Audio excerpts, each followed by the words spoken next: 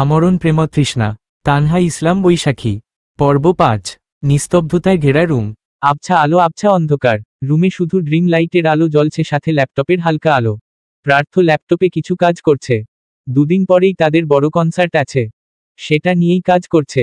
আগেরবারও ঝামেলা হওয়া, এবার সিকিউরিটি টাইট রাখছে। যাদের আগের বারের ঝামেলার কেসে জেলে নেওয়া হয়েছিল তাদের জামিন হয়ে গেছে। ওরা আবার যে কিছু করবে না তার কোন গ্যারান্টি নেই। বিশেষ করে রক রাইডার্স লিডার রাজীব, ছেলেটা হাত ধুয়ে পিছে পড়েছে তাদের জনপ্রিয়তায়। নিজেদের এগিয়ে নিয়ে যেতে পারেনি, এজন্য তাদের জনপ্রিয়তা নষ্ট করতে চাইছে। আবার ভার্সিটি লাইফেও তাদের মাঝে ছিল হাড্ডাহাড্ডি লড়াই। এবার আর ছেড়ে দেবে না প্রার্থ। এবারের ফাংশনে যদি কোনোরকম ব্যাঘাত সৃষ্টি করে তাহলে তাকে পার্মানেন্টলি জেলে দেওয়ার ব্যবস্থা করবে সে। ল্যাপটপে কিছুক্ষণ কাজ করার পর আর মন টিকল না তার, বন্ধ করে রেখে দিল সাইডে। এদিকে ফোনে শুধু মেসেজের টুংটাং শব্দ আসছে। প্রার্থ ফোনটা হাতে নিয়ে দেখল ওদের হোয়াটসঅ্যাপ গ্রুপে হৃদয়রা সকলে কথা বলছে। প্রার্থ ল্যাপটপ হাতে নেওয়ার আগে দেখে গেছে ওরা কথা বলছে, এখনো বলেই যাচ্ছে। প্রার্থ কাউচে গা এলিয়ে ঢুকলো চ্যাটে। সেখানে প্রার্থকে নিয়েই গসিপ চলছে। হৃদয় বলছে, শালা কি আদৌ পুরুষ? বউ বাপের বাড়ি রেখে আসছে 15 দিন হলো, তাও বউয়ের প্রতি কোন মায়া নাই? আরে ভাই, রাতের পিনিক সামলাতে না পেরেও তো বউয়ের কাছে ছুটে যাওয়া যায়। আমি বাবা বিয়ের পর এতদিন বউ ছাড়া কিছুতেই থাকতে পারবো না। সবাই হা হা রিয়েক্ট দিল হৃদয়ের মেছেজে। প্রার্থ বলল, এজন্যই তুই হৃদয়? আমি প্রার্থ। কিরে ভাই, তুই কখন এলি? আগে বলবি না? অর্ণব বলল, প্রার্থ কার্তিকের বিয়ে তো সামনে রবিবারেই, প্রিন্সেসকে কেন আনছিস না? কার্তিকও বলল, হ্যাঁ প্রার্থ, পুষ্পকে ছাড়া কিন্তু তুই বিয়েতে আসতে পারবি না। সুস্মিতা বারবার বলেছে প্রার্থ যেন পুষ্পকে নিয়ে আসে। ও তো একবারও পুষ্পকে দেখেনি তোদের বিয়ের পর, বিয়েতে না আনলে আমাকে বকবে। রকি বলল, ওই নমুটাও আসবে নাকি আবার তোদের বিয়েতে? ও তো আবার সুস্মিতার ভালো বন্ধু। কার্তিক বলল, না, সমৃদ্ধির সাথে এখন সুস্মিতার তেমন সম্পর্কও নেই। আমিও ওকে বলেছিলাম সমৃদ্ধিকে যেন না ডাকে বিয়েতে, ও বলেছে বলবে না। রকি বললে, তাহলে ঠিক আছে। সমৃদ্ধি আর সুস্মিতাও ছিল প্রার্থদের ব্যাচের। কার্তিকের তখন সুস্মিতার সাথে মাখো মাখো প্রেম। বলতে গেলে ওদের গ্রুপের সবাই তখন প্রেম করে। হৃদয় তো কলেজ লাইফ থেকেই মেয়েবাজিতে এক্সপার্ট। রকিরও হৃদয়ের মতো অবস্থা। অর্ণব 3টে প্রেম করল, কিন্তু 3টাই 3 মাসের বেশি টিকাতে পারেনি। কার্তিক তখন মজে ছিল সুস্মিতাতে। দুজনেই সনাতন ধর্মাবলম্বী। সুস্মিতার বেস্ট ফ্রেন্ড ছিল সমৃদ্ধি। সমৃদ্ধি যে প্রার্থকে পছন্দ করত সেটা জানত সবাই, প্রার্থ নিজেও জানত। তবে এই নিয়ে কখনো মাথা ঘামায়নি। কিন্তু তার ইচড়ে পাকা বন্ধুগুলো আছে না, সবাই প্রেম করছে, প্রার্থ করবে না, এটা তো খারাপ দেখায়। ইনিয়ে বিনিয়ে ঢুকিয়ে দিল দুজনকে প্রেমের মাঝে। সমৃদ্ধিও দেখতে সুন্দরী এবং ভদ্র টাইপ ছিল তখন। সে প্রেম চলল 1.5 বছরের মতো। মাঝে কয়েকবার ব্রেকআপ হতো, আবার সমৃদ্ধিই বুঝিয়ে শুনিয়ে সব ঠিক করে নিত। তখন প্রার্থর কাছে কিছুই নেই। বাবা মারা গেল, বিজনেস ডাউন হয়ে গেল। প্রার্থ তো সেখানে কখনো হাতও লাগাবে না, তার ভালো লাগে না বিজনেস করা। তখন ব্যবসার হাল পুরোপুরি পড়ল আশরাফ সাহেবের উপর। প্রার্থ তখন বেকার, ভার্সিটি আসে যায় এই আর কি। সমৃদ্ধির পেছনে অত টাকাও খরচ করে না। তখনই সে পায় রাতুল নামের হাই ফাই ক্লাসের ছেলেকে। বাবার অঢেল টাকা। সমৃদ্ধি সুন্দরী হওয়ায় তাকে একবার প্রপোজ করেছিল। ওই একবারেই সে রাজি হয়ে যায়, ভুলে যায় 1.5 বছরের সম্পর্কের কথা। তখনও প্রার্থ কিছু জানত না, কারণ প্রার্থর সাথে সম্পর্ক থাকাকালীন সে রাতুলের সাথে ডেট করত। মানে ডাবল টাইমিং। একুলো চাই তার ওকুলো চাই। প্রার্থ এসব জানতে পেরে সাথে সাথে ছেড়ে দেয় তাকে। যার কাছে সম্পর্কের থেকে টাকার মূল্য বেশি সে অন্তত প্রার্থর আপন মানুষ হতে পারে না। বন্ধুদের মাঝে বেশ অনেকক্ষণ আড্ডা দেওয়া হলো। অর্ণব প্রার্থকে জ্বালানোর জন্য বলল, আচ্ছা প্রার্থ, প্রিন্সেসকে তুই আনতে যাবি নাকি আমি গিয়ে সোজা বিয়ের দিন নিয়ে আসবো কার্তিকের ওখানে? প্রার্থ শুধু বলল, প্রয়োজন নেই, আমি আছি। ব্যাস, আর কিছু বলল না, বলতে দিলও না। গ্রুপ থেকে বেরিয়ে এলো, টেবিলের উপর ছুঁড়ে মারল ফোনটা। মাথা এলিয়ে চোখ বুজে রইল। বুকের ভেতর দ্রিমদ্রিম করছে, অশান্তি অশান্তি লাগছে। যে শান্তির জন্য তাকে তাড়িয়ে দিল বাড়ি থেকে, সে শান্তিটা পেল না প্রার্থ। উল্টো অশান্তি হচ্ছে, ফাঁকা ফাঁকা লাগছে সব। কালকে তো প্রার্থর নিজেকে পাগল মনে হয়েছে। রাতে ঘরে ফিরলে মনে হয়েছে পুষ্প ঘরে আছে, জানালার পাশে দাঁড়িয়ে আছে। সে ধীর পায়ে গিয়ে যেই উঠে গেছে তাকে অমনি সব হাওয়া হয়ে গেছে। হ্যালুসিনেশন কোন পর্যায়ে চলে গেলে লোকে এরকমটা দেখে। ওই দিন পুষ্পকে বাড়িতে আনতে তো পেরেছিল, কিন্তু বাড়িতে রাখতে পারেনি। মায়ের সাথে কথা বলে তাকে পরীক্ষার বুঝো দিয়ে চলে গেছে আবার। সেই সেদিনই দেখেছে তাকে, তারপরে কতগুলো দিন চলে গেল, না আছে পুষ্পর দেখা না কোন কল। আগে তো এমন হয়নি। সে তো চেয়েছিল পুষ্প চলে যাক জীবন থেকে। তাহলে এখন এত কষ্ট হচ্ছে কেন? এই অনুভূতির নাম কি? প্রার্থর আর ভালো লাগছে না এসব। এই কদিনেই মেয়েটা কেমন জাদু করে রেখে গেছে। এমন কোন সময় নেই যখন তাকে মনে পড়ে না। যেন অভ্যেসে পরিণত হয়ে গেছে সে। প্রতিবার যখন পুষ্পকে খুব করে মনে পড়ে তখনই লেগে যায় ভেতরের দন্ত। মস্তিষ্ক আর মনের দোলাচলে নিজেকে পাগল মনে হয়। মন বলে এক কথা, মস্তিষ্ক বলে আরেক কথা। জমা হয় হাজার হাজার প্রশ্ন, যেগুলোর একটা উত্তরও তার কাছে নেই। এই বুকের ভেতর কেমন করছে, খালি খালি লাগছে সব। এগুলো কেন হচ্ছে?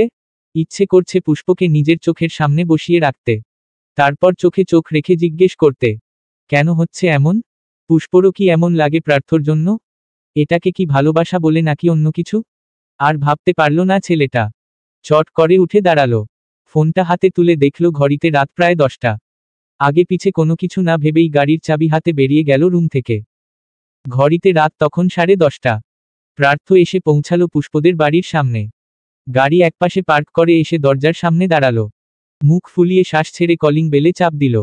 বেশ কিছুক্ষণ পর দরজা খুলে দিলেন পূর্ণতা বেগম।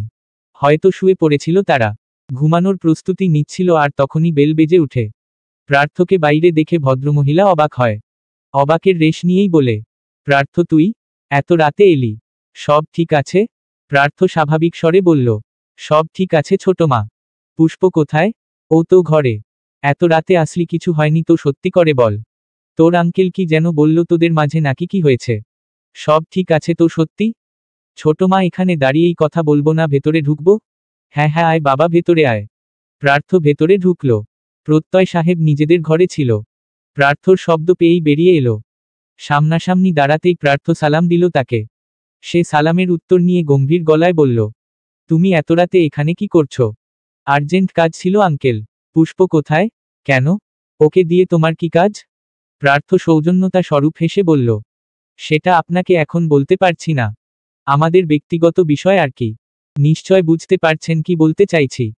ভদ্রলোক একটু কেশে সরাসরি বলল, তুমি তো আমার মেয়েকে স্ত্রী হিসেবে মানো না, তাহলে কিসের ব্যক্তিগত? আমি আপনাকে বলেছিলাম বুঝি একথা? সে তো দিব্যি আমার বউ হয়ে ঘুরছে। বাধা দিয়েছি কখনো? আমার মনে হয় না আমার আর আমার বউয়ের মাঝেকার বিষয় নিয়ে আপনার কথা বলা উচিত। জামাই শ্বশুরের নীরব যুদ্ধ চলছে। আগে থেকেই তাদের দুজনের কম গুণে। সব সময় একটা নীরব যুদ্ধ চলের দুজনের মাঝে। পূর্ণতা বেগম বিষয়টা বুঝতে পেরে স্বামীকে উদ্দেশ্য করে বলল, তুমি থামো তো। ও এসেছে মাত্র, তুমি শুধু প্রশ্ন করেই যাচ্ছ। যেতে দাও ওকে পুষ্পর কাছে। কাজ তো থাকতেই পারে। প্রার্থ বাবা তুই উপরে যা, পুষ্প রুমেই আছে। প্রার্থ আর থামল না, হেঁটে উপরে চলে গেল। প্রত্যয় সাহেব চোখ মুখ আধার করে বলল, তোমার বনুপো 1 নাম্বারের বেয়ারা একটা ছেলে। তিনি ফুঁসে উঠলেন, কেন? আমার বনুপো তোমার কি করল? তুমিই তো আসার পর থেকে আজব আজব প্রশ্ন করে যাচ্ছ। এখন ও শুধু আমার বনুপো না, তোমার মেয়ের জামাইও। এখন তোমার এমন ব্যবহার শোভা পায় না। পূর্ণতা হন হন করে হেঁটে চলে গেল রুমে। ভদ্রলোক হেরে যাওয়ার মতো তপ্ত শ্বাস ফেলে নিজেও চলে গেল। প্রার্থ শেষ সিঁড়িতে উঠার সময় দেখা হলো প্রিয়ার সাথে। প্রিয়া নিচেই নামছিল বোধ হয়। প্রার্থকে নিজের সামনে দেখে অবাক চোখে তাকালো। সন্দিহান গলায় বলল, প্রার্থ ভাই তুমি এখানে? কিছু হয়েছে? প্রার্থ স্বভাবতই বলল, না। তাহলে তুমি এখানে এত রাতে? তোর বুবু কোথায়? বুবু তো ঘরেই। কিছু হয়েছে? হঠাৎ এত বুবুর খোঁজ করছো? বুবুকে নিতে এসেছো? হুম। প্রিয়া উৎফুল্লতায় বলে উঠল, কি সত্যি? তোমাদের মাঝে সব ঠিক হয়ে গেছে? না। সর, তুই যেতে দে। প্রিয়া জায়গা করে দিল। বলল, আচ্ছা যাও। সব ঠিক করে নিও। হ্যাঁ, বুবুকে আর কষ্ট দিও না। প্রিয়া যেতে নিলে প্রার্থ ডেকে উঠল ওকে। গম্ভীর স্বরে শুধালো, প্রিয়ু। প্রিয়া থেমে বলল, হুম। অন্তর সাথে কথা হয়েছে তোর? প্রিয়ার মুখে নিমিষেই আধার নেমে এলো। মুখ আমাবস্যার অমানিসায় ঢেকে গেল মুহূর্তেই। বলল, না আমি কথা বলি না ওর সাথে। কেন? প্রার্থর স্বর গম্ভীর থেকে গম্ভীর হচ্ছে।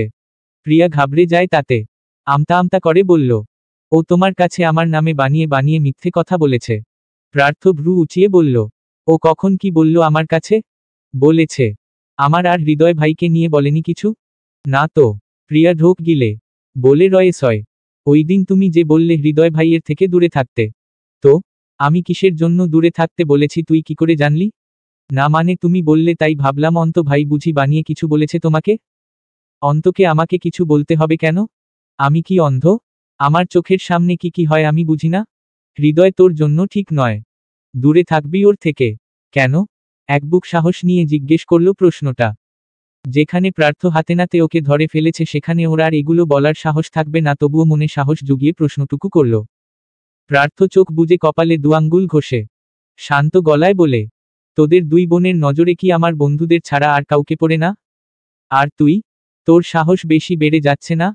আমি যেটা বলছি সেটা চুপচাপ শুনবি, বাড়তি কথা পছন্দ না আমার। ফের যদি তোকে হৃদয়কে নিয়ে মাতামাতি করতে দেখি তাহলে পড়ালেখা সব বন্ধ করে দেব। টাকলা বুড়োর সাথে বিয়ে দিয়ে দিব। তারপর করিস সংসার। প্রিয়াকে ওয়ার্ন করেই চলে গেল সামনে থেকে। প্রিয়া প্রার্থর যাওয়ার দিকে তাকিয়ে ঠোঁট উল্টে কেঁদে দিল। প্রেম হওয়ার আগেই সবকিছু শেষ করে দিল তার ভাই। আরও কত কি বলে গেল। প্রিয়া কান্না করা ছাড়া আর কিছুই উপায় পাচ্ছে না। বুক ফুঁড়ে শুধু কান্নাই আসছে। প্রার্থ পুষ্পর দরজার সামনে এসে দাঁড়িয়ে পড়ল। দরজাটা হাট করে খোলা। এতক্ষণ ঠিকই ছিল কিন্তু দরজার সামনে এসে হার্টবিট বেড়ে গেল। ভেতরে এক প্রকার যুদ্ধ চলছে যেন। খোলা দরজাটা হাত দিয়ে ঠেলে আরেকটু খুলে দিল। দরজা খুলতেই নজরে এলো পুষ্প। পুষ্প খাটে উপর হয়ে শুয়ে আছে। সামনে বই রাখা। পা দুটো সমানে দুলছে। আজ আবার সেই শাড়ি পরেছে। পা দুলানোতে শাড়ি উঠে ফর্সা পায়ের কিছুটা অংশ দৃশ্যমান। তার পাশেই সুন্দর করে ভদ্র হয়ে বসে আছে এলাচি। পুষ্প বই পড়ছে আর এলাচির সাথে টুকটাক কথা বলছে। অনেকদিন পর আবার পুষ্পকে দেখায় ভেতরে একটু শান্তি অনুভব হলো কি? হয়তো হলো। বেড়ে যাওয়া হৃদযন্ত্রের গতি ক্রমশ কমে আসছে। ভেতরের টিপটিপ আওয়াজ নিজের কানে এসেও লাগছে। গলা শুকিয়ে মরুভূমি হয়ে গেছে। দুটো ঠোক গিলে গলাটা শুকিয়ে নিল আগে। তামাকের আগুনে পোড়া ঠোঁট দুটো নাড়িয়ে ডাকল তাকে। ফুল। পুষ্পর বক্ষস্থল ধক করে উঠে। তড়িৎ গতিতে উঠে বসে দরজার পানে তাকিয়ে দেখে প্রার্থ দাঁড়িয়ে। প্রার্থ মুখ ফসকে বেরিয়ে যাওয়া শব্দটা শুনে নিজেই আঁতকে উঠল। পরপর নিজেকে স্বাভাবিক করে গম্ভীর্যতা ফিরিয়ে আনল। একটু কেশে বলল, পুষ্প। পুষ্প অবাক লেহনে তাকিয়ে আছে তার দিকে। ও শুনেছে প্রার্থ ফুল বলেছে, কিন্তু বিশ্বাস হচ্ছে না। প্রার্থ যে এখানে দাঁড়িয়ে তাও বিশ্বাস করতে চাইছে না। তড়িঘড়ি করে উঠে দাঁড়ালো সে। পুষ্প কিছু বলবে তার আগে প্রার্থ বলল। কণ্ঠ তার শান্ত। তুষারে জমা একখণ্ড বরফের ন্যায় শীতল তার স্বর। বাড়িতে চল। পুষ্প হৃদয়ের মাঝে সন্ধি ঘটিয়ে বলে। মানে? প্রার্থ ভনিতাহীন জবাব দেয়। বাড়িতে চল। বাড়িতে যাব মানে? আপনি এখানে কেন? কি চাই? কেন এসেছেন? প্রার্থর শান্তমূর্তি ক্রমশ বদলে যাচ্ছে। বলল রাগত্ব স্বরে, তোকে নিতে এসেছি। চল বাড়িতে। ব্যাগ গোছা। পুষ্পর বুঝল না প্রার্থ এরকমটা কেন বলছে। তাই প্রশ্ন করল, হঠাৎ আপনি কেন আমাকে বাড়িতে নিয়ে যেতে চাইছেন? আপনি তো নিজে আমাকে বাড়ি থেকে চলে যেতে বলেছিলেন। এই মেয়েকে এখন কি করে বুঝাবে সে কেন নিতে এসেছে সেটা নিজেও জানে না। হৃদয় মাঝে অশান্তির ঝড় হচ্ছিল। সে ঝড় দমন করতে এখানে আসা। সেটা হয়েছেও বোধ হয়। এখানে এসে ভেতরে কেমন শান্তি অনুভব করছিল। কিন্তু পুষ্পর অতিরিক্ত প্রশ্নে রাগ হচ্ছে। প্রার্থ আদেশ স্বরূপ বলল, আমি তাড়িয়েছি, এখন আমিই নিয়ে যেতে চাইছি। চল বের হ। পুষ্প বাঁকা হাসে। হেয়ালি গলায় বলে, আপনার কি মনে হয় আমি কাঠের পুতুল? যখন চাবি যেদিকে ঘুরাবেন আমি সেদিকেই ঘুরে যাব? প্রার্থ হয়তো তাই ভেবেছিল ওকে যেতে বললে বুঝি সত্যিই চলে যাবে তার সাথে। কিন্তু পুষ্পর ভাবমূর্তি দেখে অন্য কিছু মনে হচ্ছে। প্রার্থ স্বাভাবিকভাবেই বলল, তুই কি যাবি আমার সাথে? কখনোই না। ওই দিনের করা অপমানের একটা কথাও ভুলিনি। প্রতিটা কথা গায়ে এখনো হুল ফোটায়। পুষ্প ভালোবাসার কাঙ্গালি ছিল। এখন সে ভালোবাসার কাঙ্গালি নয়। প্রার্থ শক্ত হাতের থাবায় আঁকড়ে ধরে পুষ্পর বাহু। একটানে নিজের কাছে নিয়ে আসে। টাল সামলাতে না পেরে বাড়ি খায় প্রার্থর প্রশস্ত বুকে। প্রার্থ দুহাতে ওকে সোজা করে। রক্তাপ চোখে তাকিয়ে রাগে ফুঁসতে ফুঁসতে বলে, এখন নয় কেন? এখন অন্য কেউ এসেছে জীবনে। তোর তো আমার প্রেম তৃষ্ণায় ভোগার কথা ছিল। তাহলে কি হলো? মিটে গেছে তৃষ্ণা? কাকে দিয়ে মিটিয়েছিস? প্রার্থর এমন ব্যবহারে বেচারি এলাচিও ভয় পেয়ে যায়। নিজের মালকিনকে এভাবে দেখে শব্দ করে ডেকে উঠে। পুষ্প প্রার্থর হাতে ছাড়াতে চায় কিন্তু পারে না। প্রার্থ তাকে আরো চেপে ধরে। পুষ্প এবার নিজের তরফ থেকে সাফাই গাইতে চাইল না। প্রার্থর ভাষাই বলল তাকে, যাকে ইচ্ছে তাকে দিয়ে মিটাবো। আপনার কোথায় সমস্যা? আমি তো চলে এসেছি আপনাকে ছেড়ে। মুক্ত করেছি আপনাকে। তাহলে এখনো কেন আমাকে নিয়ে মাথা ব্যথা আপনার? প্রার্থ ওকে টেনে আরো কাছে নিয়ে আসে। রাগে হিতাহিত জ্ঞান হারিয়ে চেঁচিয়ে উঠে, হ্যাঁ মাথা ব্যথা আমার। তোকে নিয়েই মাথা ব্যথা। শুধু তাই নয়, সবখানে ব্যথা আমার। বুকে আঙ্গুল ঠেকিয়ে এখানেও ব্যথা করে আমার। কেন করে বল, কেন করে এমন ব্যথা? রাগে বিছানায় ছুঁড়ে মারে পুষ্পকে। আর কোন বাক্য ব্যয় করল না। প্রশ্ন করল, তবে উত্তরের আশায় রইল না।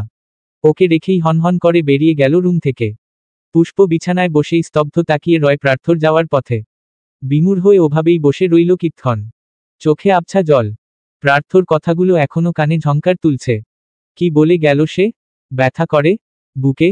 কেন করে? বক্ষপটে তো পুষ্পরও ভীষণ ব্যথা। সেটা তো তার ভালোবাসার জন্য। কিন্তু প্রার্থর তার বক্ষ পাজরে কিসের ব্যথা? প্রার্থ ক্ষিপ্র গতিতে নিচে নামছে। পূর্ণতা তার নামার শব্দ পেয়েই বেরিয়ে এলো রুম থেকে। ততক্ষণে প্রার্থ ড্রয়িং রুম পেরিয়ে সদর দরজার কাছে পৌঁছে গেছে প্রায়। তিনি পেছনে থেকেই হাত ছুড়লেন। প্রার্থ, কোথায় যাচ্ছিস?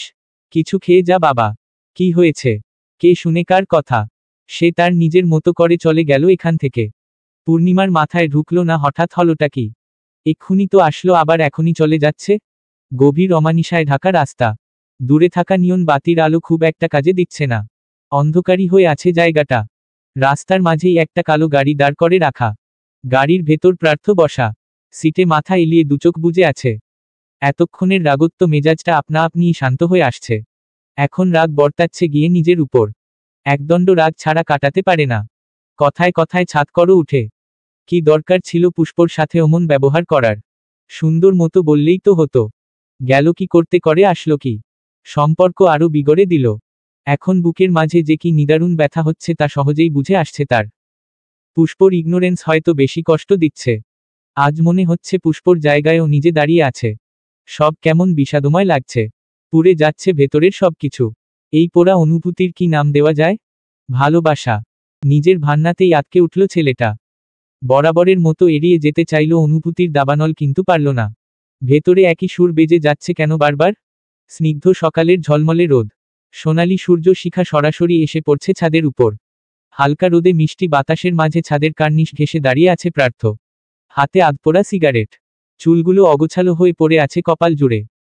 সূর্যের সোনালি রশ্মিতে বনিশিখার ন্যায় জলজল করছে কালো চুলগুলো। চোখ দুটো আনমনে পড়ে আছে অদূরের রাস্তার পারে। সেখানে দুটো নেড়ি কুকুর একবার ঝগড়া করছে। একে অপরের উপর ঘেউ ঘেউ করে উঠছে। তো আবার মিশে যাচ্ছে দুজন। একে অপরের শরীরের ঘ্রাণ নিচ্ছে। জিভ দিয়ে লেহন করছে। প্রার্থর সকল মনোযোগ সেই প্রাণী দুটির উপর। হঠাৎ ছাদের দরজার কাছে থেকে ভেসে এলো অন্তর আওয়াজ। অন্ত ডেকে বলছে, প্রার্থ ভাই, নিচে বড়মা তোমাকে ডাকছে। প্রার্থ আস্তে ধীরে পেছনে ঘুরল। সিগারেটটাও প্রায় শেষের পথে। জ্বলন্ত সিগারেটে আরও একটা টান দিল। সেটাকে ফেলে পায়ের নিচে পিষে ফেলল। মুখ থেকে একগাদা ধোঁয়া উড়িয়ে দিল আকাশে। নিকোটিনের সেই সাদা ধোঁয়া মিলিয়ে গেল হাওয়ায়। সে গম্ভীর স্বরে ছোট্ট করে ডাকল অন্তকে। বলল, এদিকে আয়। অন্ত দরজাতেই দাঁড়িয়ে ছিল। ছেলেটা ইদানিং একেবারে চুপচাপ হয়ে গেছে। চোখ মুখের দিকে তাকানো যায় না। যেন এই বয়সেই ছ্যাঁকা খেয়ে ব্যাকা হয়ে গেছে। ভাইয়ের আদেশ শুনে চটপট এগিয়ে গেল প্রার্থর কাছে।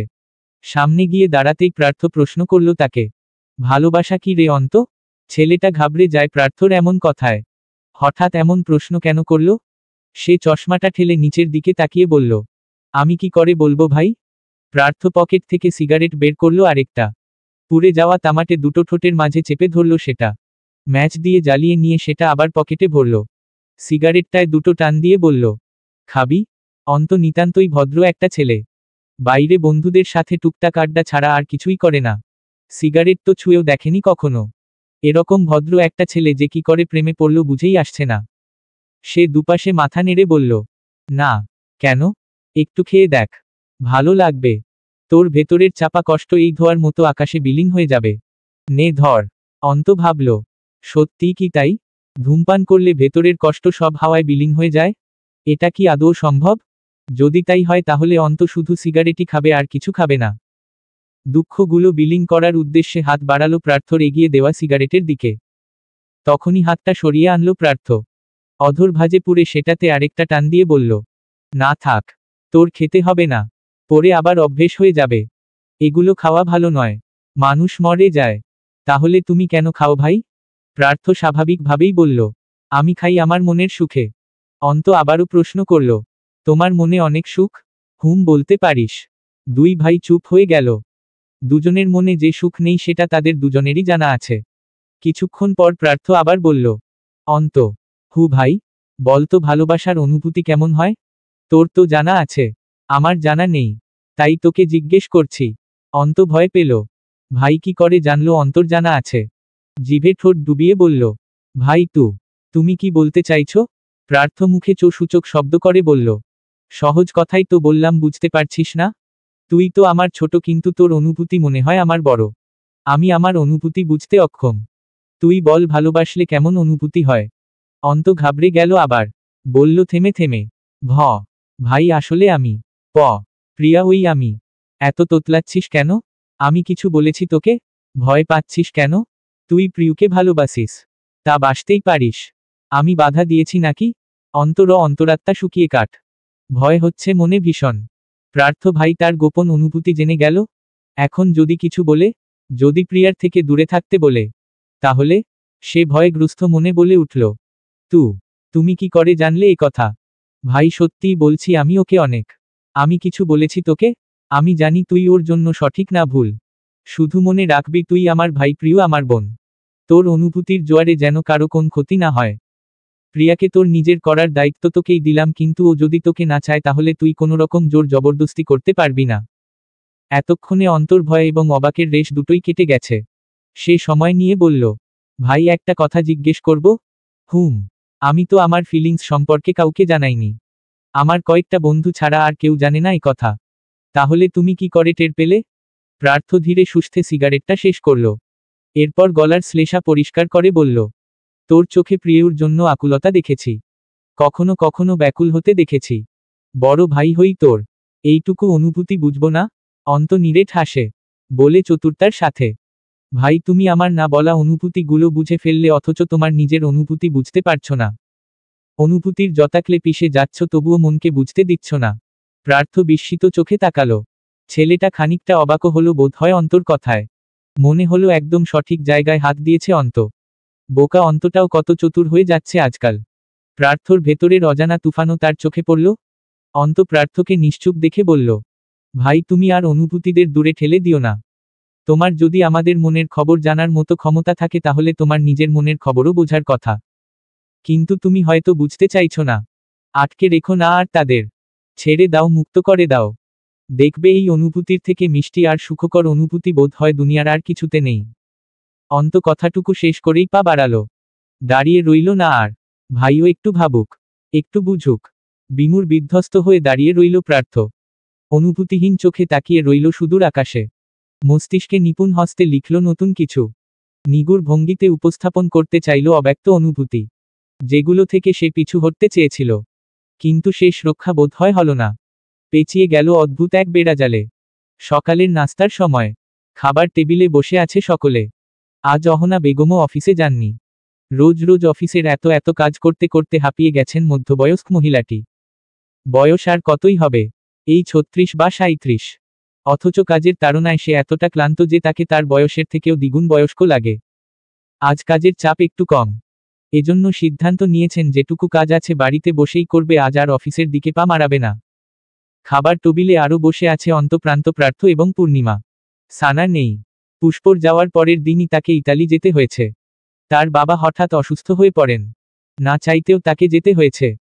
সাথে অবশ্য অহনা বেগমও যেতে চেয়েছিলেন তার ভাইকে দেখতে, কিন্তু যেতে পারেনি। একে তো অফিসের কাজ, তার উপর তার পাসপোর্টেও নাকি কিসের ইস্যু হয়েছে। তাই আপাতত দেশ থেকেই খবর রাখছে তার। নিঃশব্দে খাওয়ার মাঝে হঠাৎ অহনা বেগমের ভরাট কণ্ঠ ভেসে আসলো, প্রার্থ তোর কনসার্ট কবে?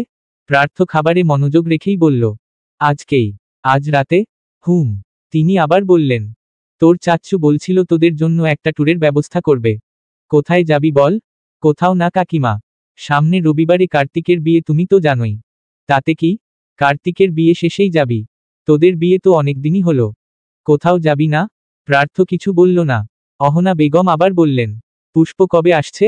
গেছে তো মনে হয় অনেকদিনই হলো। পূর্ণিমা বললেন, গেল তো অনেকদিন। প্রায় 17 দিন তো হবেই। একবার এসে বলল পরীক্ষা নাকি ওখানে থেকেই দিতে চায়। এখানে পড়ায় মন বসবে না, তাই আমিও আর আটকালাম না। কিন্তু ওকে ছাড়া, প্রিয়াকে ছাড়া বাড়িটা একদম ফাঁকা ফাঁকা লাগছে। অহনা বেগম খাওয়ার ফাঁকে বললেন, তাহলে প্রার্থ গিয়ে নিয়ে আসছিস না কেন? কার্তিকের বিয়েতে আমি আর তোর চাচ্চু তো এমনিতেও যেতে পারবো না। সামনে কাজের চাপ প্রচুর। পূর্ণি আপাও যেতে পারবে না কোলাহলের মাঝে। পুষ্প আর প্রিয়াকে নিয়ে আয়। ওদের সবাইকে নিয়ে যাস। প্রার্থ শুধু বলল, দেখছি। এরপর আর এই টপিক নিয়ে কথা হলো না। চুপচাপ যার যার খাবার শেষ করল। প্রার্থ মনে মনে ভাবতে লাগলো কি করে পুষ্পকে আনা যায়। ও মেয়ে যে শেয়ানি হয়েছে তাতে মনে হয় না প্রার্থ বললে সে চলে আসবে। কিন্তু বিয়েতে ওকে নিয়েই ছাড়বে যে করেই হোক। প্রার্থও তো দেখতে চায় তার অনুভূতির কি নাম দেওয়া যায়। বিকেল 4টা। টিভির সামনে অলস ভঙ্গিতে বসে আছে দুই বোন। সামনে তাদের মুড়ি মাখা। বিকেলে তারা বসবে অথচ খাওয়ার কিছু থাকবে না, তা কি হয় নাকি? প্রিয়া টিভিতে তামিল সিনেমা দেখছে বিজয়ের। সে আবার এসব অ্যাকশন মুভি দেখতে পছন্দ করে। পুষ্প বসে বসে তাই দেখছে। তার কোলে আবার এলাচি গুটিসুটি হয়ে বসে আছে। একদম ভদ্র একটা বিড়ালছানা তার। মালিকের কাছে থাকলে তার আর কিচ্ছু লাগে না। আচমকা পুষ্পর ফোনটা ভাইব্রেশনে মুডে বেজে উঠল। ফোনটাটি টেবিলের উপর থাকায় কেঁপে কেঁপে উঠল। পুষ্প যন্ত্রটা উঠিয়ে দেখল কার্তিকের ফোন। স্ক্রিনে কার্তিক ভাইয়া লেখা নামটা জলজল করছে। পুষ্প জানে কার্তিক কেন ফোন করেছে। তবুও ফোনটা তো কেটে দেওয়া যায় না বা ফেলে রাখা যায় না। সে যথেষ্ট সম্মান করে কার্তিককে। তাই অনিচ্ছা থাকা সত্ত্বেও ফোনটা তুলল। প্রিয়াকে টিভির সাউন্ড অফ করতে বলল। সে সাউন্ড অফ করে বোনের কানের কাছে কান নিল কার্তিকের কথা শোনার জন্য। পুষ্প ফোন তুলে বলল, হ্যাঁ ভাইয়া কেমন আছেন? কার্তিক নিরেট গলায় বলল, কেমন আছি পরে বলবো। আগে বলো তুমি বিয়েতে আসবে না বলেছ কেন? আমি তো তোমাকে আলাদাভাবে বলেও রেখেছিলাম। পুষ্প কি বলবে এখন? সে যে প্রার্থর কারণে যেতে চাইছে না সেটা কি করে বলবে? কিন্তু অজুহাত তো একটা দিতেই হবে। তাই বলল, আসলে আমার শরীরটা বেশি ভালো নেই। তাই যেতে চাইছিলাম না। আমি তো আজ আসতে বলিনি। বিয়ে তো রবিবারে। আজ সোমবার। এখনো অনেকদিন বাকি। রবিবারে আসতে সমস্যা হবে না নিশ্চয়ই।